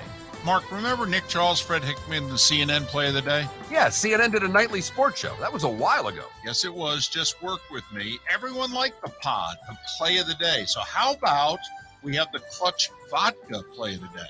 Sounds good. Fun. Smooth. Like Clutch Vodka. Listen weekday mornings for the Clutch Vodka Play of the Day. That's Clutch with a K. Bring your big mouth to John Smith Subs and indulge in their overstuffed subs with the freshest quality ingredients. Enjoy our famous steak bomb with perfectly grilled, marinated sirloin steak topped with provolone cheese, grilled onions, peppers, mushrooms, crispy bacon, juicy tomatoes, and creamy mayo. Boom! Made-to-order crispy fries can be paired with the Gator, the Cuban, the Chicken Bomb, or the Italian. Love local. Eat delicious with John Smith Subs. Find a John Smith Subs location near you today. Mark Miller for SWFL Golf Carts or online, flgolfcarts.com. If you're looking for a golf cart, an e-bike, or an e-motorcycle, go visit Alex and the gang at SWFL Golf Carts. flgolfcarts.com online. Check out their whole inventory. If you're looking for a custom cart, they can take care of you. 2-seater, 4-seater, 6-seater, they've got you covered. E-bikes, nobody better for value and service. E-motorcycles, check them out. Again, flgolfcarts.com. flgolfcarts.com. The waterways of Naples are a beauty to behold, and the Bayfront Inn has multiple ways for guests to enjoy the water and have some fun. Gather your family and friends and enjoy a leisurely day on the water with a pontoon or deck boat. If you prefer to explore the waterways without a motor, the Bayfront has canoes, standboards, and kayaks. At the end of your journey, enjoy lunch or dinner at the Bamboo Tropical Bar and Grill, the Bayfront Inn. Something for everyone. On 5th Avenue in Naples. You were listening to Miller and Moulton on the Florida Sports Network.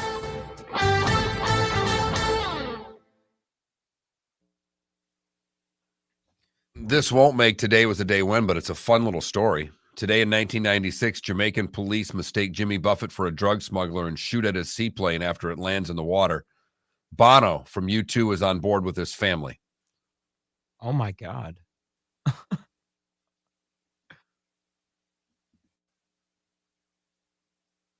I want to know what's worse. Never going. Yes.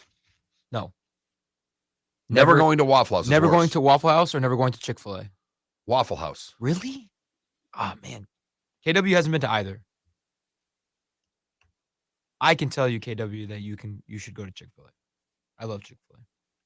It's not the same. Best thing on their menu is their breakfast items. Chicken minis. So good. It's not really the point.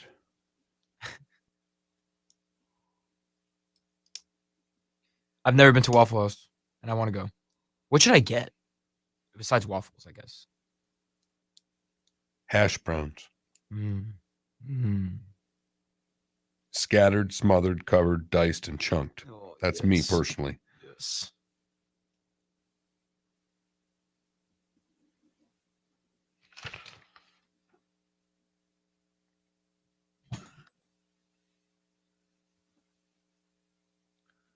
Have you been to one, girlfriend? Since the girlfriend's in here listening, have you been? Oh, you've been to the Waffle House, and you've not taken your boyfriend to the Waffle House? Unbelievable. I'd break up with him over that if I were you.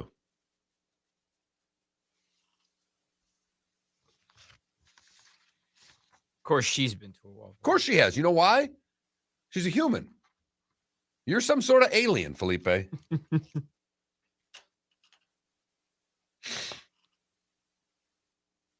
All right. Dun, dun.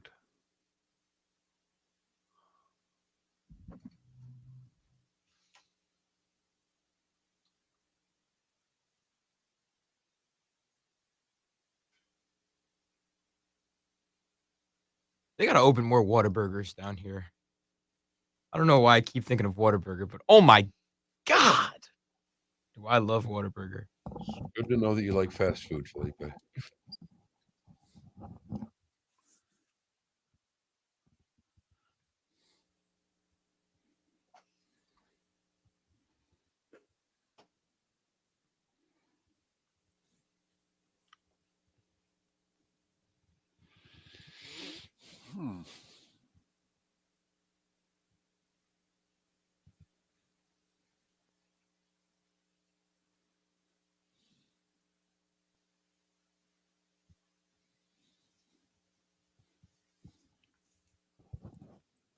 Adam, I'll tell you what.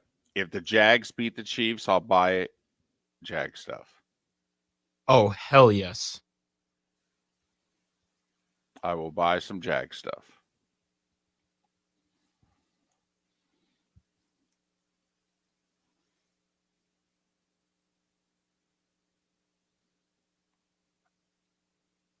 DC, I've never had In-N-Out, so.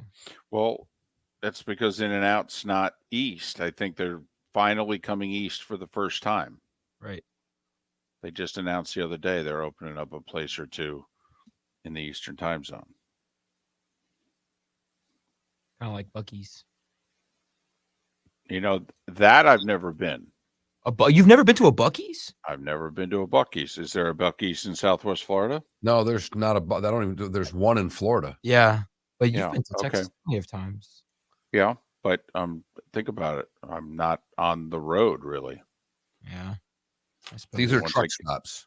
Mm-hmm. I'd never even heard of a Buc-ee's until recently. Oh man! And it is a Texas thing, exactly. I've never eaten at Wawa. Oh, I love Wawa. Never had a Wawa hoagie. And I can tell you there's a good chance I'll go through the rest of my life without one. Okay, I can't really say anything because I've never been to a Waffle House, but I'd probably go to Wawa over a Waffle House. I probably would too. I will go to 40 Wawas before I go to my next Waffle House.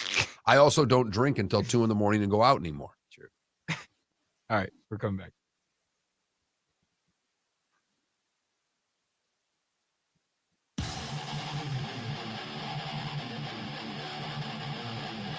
You're listening to Miller and Moulton, exclusively on the Florida Sports Network.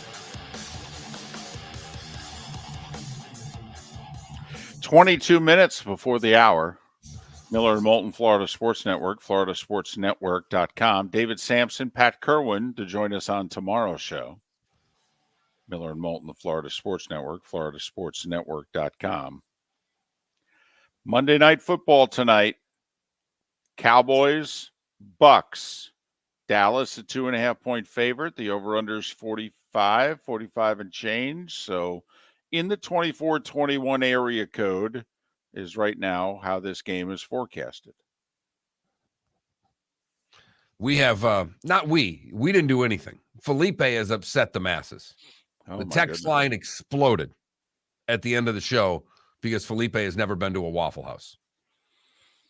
Even Felipe's girlfriend, who for whatever reason watches the show on Twitch. Unbelievable. Felipe's girlfriend and David's mother. Two of our 14 females that take in the show, but 2 of them doing it via Twitch. Even she has been to a Waffle House. Wow.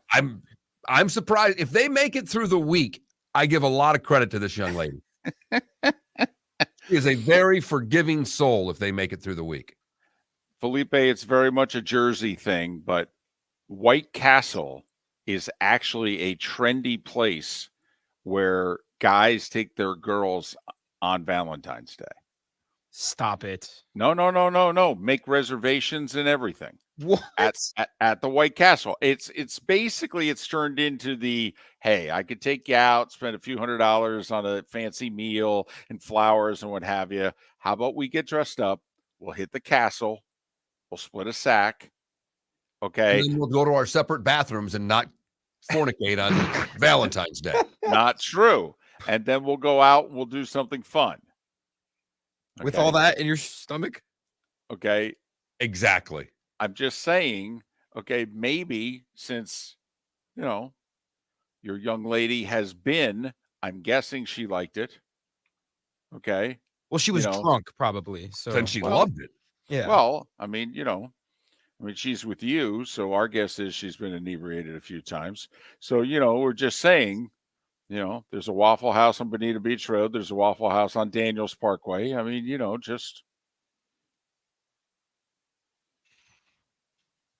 So she's apparently shooting down the idea. So, okay, that's good. That's good to know. I was kind of shooting it down as well, but and Mark is making sure that everybody knows, hey, that's the old fat guy. It ain't me. That ain't coming from me. Okay. My wife is very Catholic. If I took her to a Waffle House on Valentine's Day, that might be grounds for a divorce. Depends on the state. I got to tell you. Okay. There's certain, depending on what state you're in there, certain grounds for divorce that you can get away with. Like in Jersey, that would not be sufficient. I'm guessing Georgia and the Carolinas, okay, going to a Waffle, that's not grounds for divorce. What, are you kidding me? In fact, they would look down upon the person who was requesting the divorce. You're like, I think I'm going to give the other person everything they're asking for. It's time for someone to take back this segment, if for no other reason than to stop David from talking about Meghan and Harry. Here's Mark Miller with Today Was the Day When. Not a lot today, but we started in 1919. Terrible day. The 18th Amendment to the U.S. Constitution, authorizing the prohibition of alcohol, is ratified by the majority of the U.S. states. Bad day. Bad day. All right. 1960, Gordie Howe with a goal and an apple becomes the NHL's all-time leading scorer, passing Maurice Richard. As I mentioned to Orlando Alzugaray earlier, today in 1963, the Whiskey A Go-Go opens in Los Angeles. The Whiskey A Go-Go was inducted into the Rock and Roll Hall of Fame. That should be in the Rock and Roll Hall of Fame. Whitney Houston should not be in the Rock and Roll Hall of Fame. Oh, boy. Chicago is giving the Bulls today in 66, the third NBA franchise to the city. The Stags were there from 46 to 50. The Chicago Packers and Zephyrs were there next. They are now the Washington Wizards. What the hell is a stag? Like a staghorn?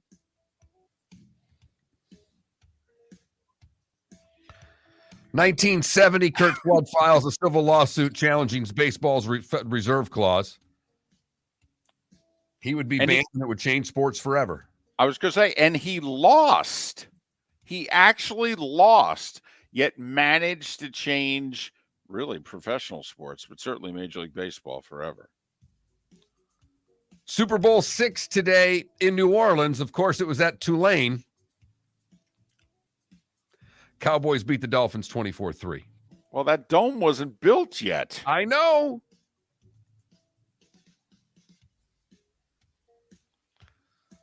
Today in 76 on ABC, for the first time, we saw the Donnie and Marie musical variety show.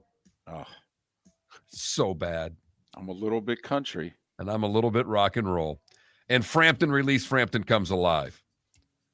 Today in 88, Jimmy the Greek was fired by CBS for making racial remarks.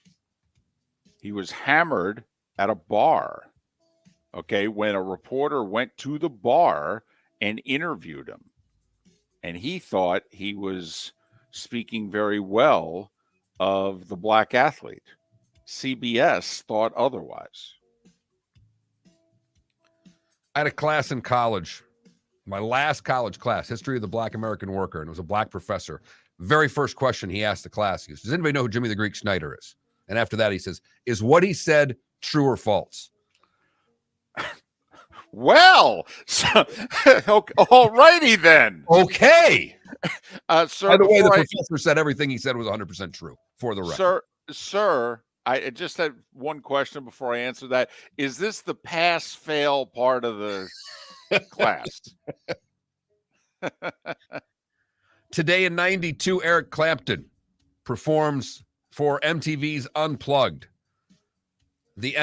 The live album that would end up from that would win 6 Grammys, including best-selling live album of all time. And in 2019, James Harden becomes the first to score 55 in back-to-back games since Wilt did it in 62. Those born today that are no longer with us, Andre Michelin, big in tires, David, and Ethel Merman. Those are celebrating birthdays today. AJ Foyt's 88, and he'd still kick your ass. Now he's too big to get in the car, but he'd kick your ass when you get out of it. Director John Carpenter is 75. Sade is 64. Roy Jones Jr. is 54. Kate Moss is 49. And Albert Pujols is 43 years old today. And that, David, is today was the day when. What did I miss? Oh, I don't know. I mean, what I figured. I mean, Hitler went into his bunker today in 45, never to be seen again. I purposefully skip a lot of the war stuff. Right. Just for that reason. Yeah. I probably should have, but no. It happened. I asked. So, we got a lot going on today. In the NBA, it's Martin Luther King Jr. holiday. We have 9 games in the NBA, including a TNT doubleheader at 3:30 and 6. 3:30 and 6. Heat Hawks at 3:30. Phoenix and Memphis at 6. Do you think it's a coincidence that it's Atlanta and Memphis on Martin Luther King Jr. holiday? Obviously, the Ebenezer Church in Atlanta, and he was shot and killed in Memphis. Do you think this just happens to be a strange coincidences of this is the TNT doubleheader, or do you think that this is, it is the Heat and the Hawks, and it is Phoenix and Memphis, but there's 11 games or 9 games, excuse me. There's some good other games they could have shown. I'm guessing this is done intentionally. I think so. So, especially the Atlanta part, because you could put Ja Morant on any night of the week right now. Yes. By the way, game start is early at 1:00. I think the Celtics play at 1. There are 5 afternoon games of the 9. college hoops, Fox, 2:30. Your Spartans hosting Purdue. How about that? Right. They've got them. I thought the Mighty Nooner was on Fox too. I thought they had a double dip today. Yeah, they do. Georgetown and Villanova at noon. Can't wait for that. Wouldn't it be something if Georgetown snapped their, 27, 28 conference losses in a row? Have you seen, by the way, Nova's like 8-10. Yeah, I think it's pretty obvious Jay Wright's not coaching them anymore, huh? By the way, the Canes are hosting Syracuse tonight, ACC Network, 7 o'clock. There's a few Syracuse fans that we know who listen to the show. You may want to take a ride. How many times you get to see the Cuse? And how many times, quite frankly, you're going to see Boeheim? I mean, you don't know how much longer this is going to go. I'm just saying. NHL mark 11 games. They start as early as 1 o'clock today. Panthers are in Buffalo at 1. Lightning are in Seattle. The Kraken with a historic road trip. They went 7-0 on a 7-game road trip. No team in the history of the league had ever had a 7-0 road trip. And Seattle, they handled Boston their first regulation loss. It's not like this was an easy run. They went and beat Boston in Boston. I mean, they beat good teams. This was on the East Coast. Mm-hmm. And now they're home, and they're hosting the Lightning at 4 o'clock Eastern, 1 o'clock local time. So, got a lot of sports going on today.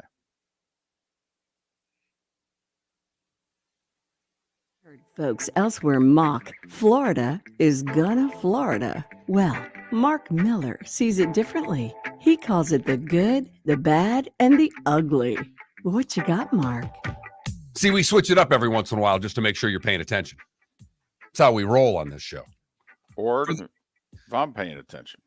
It's not the first time that I've done it too. That's why I take both ends of this. For the good, we go to California, where a man stepped out of his car to take a phone call. He was on the Pacific Coast Highway in Malibu when he got out of his car to answer a phone, and he heard loud crashes behind him. A boulder crushed his car. It landed right where he would have been sitting.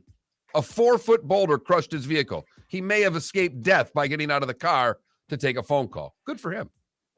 For the bad, we go to Cape Coral, where Bridget Laka is a little upset of what Ian's left behind. You see, she's a Cape Coral resident and is now asking the city to help her remove an abandoned porta potty that's been left behind on her property. The porta potty comes from a company called Duty Calls, but Duty Calls isn't answering their phones or getting their toilet back. She's had the toilet in her backyard since Ian. Come on, Duty, get with it. And for the ugly, we go to South Florida, where Patrick Abbott is going to face armed robbery charges. He went into a Publix with a handwritten note demanding money, claiming he had a gun. He didn't get any money. He left the supermarket empty-handed, but was arrested later as officers caught up with him and found out that the gun that he claimed to have was a black stapler. No word on whether the stapler was loaded or not. That is the good, the bad, and the ugly on today, January the 16th, 2023. Did you see that somebody won the Mega Millions? From Maine, right?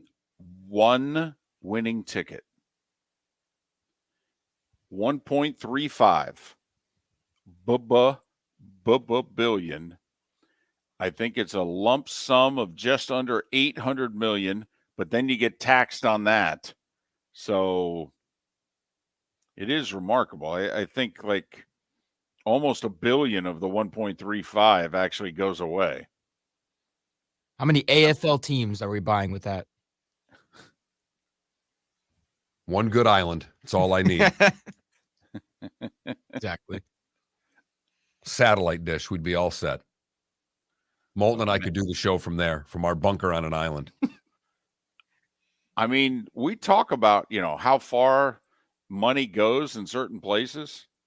I mean, you win one of those, I think it was the third largest Mega Millions ever. It's kind of like the Jags comeback, third largest ever. I mean, you win one of those suckers in Maine.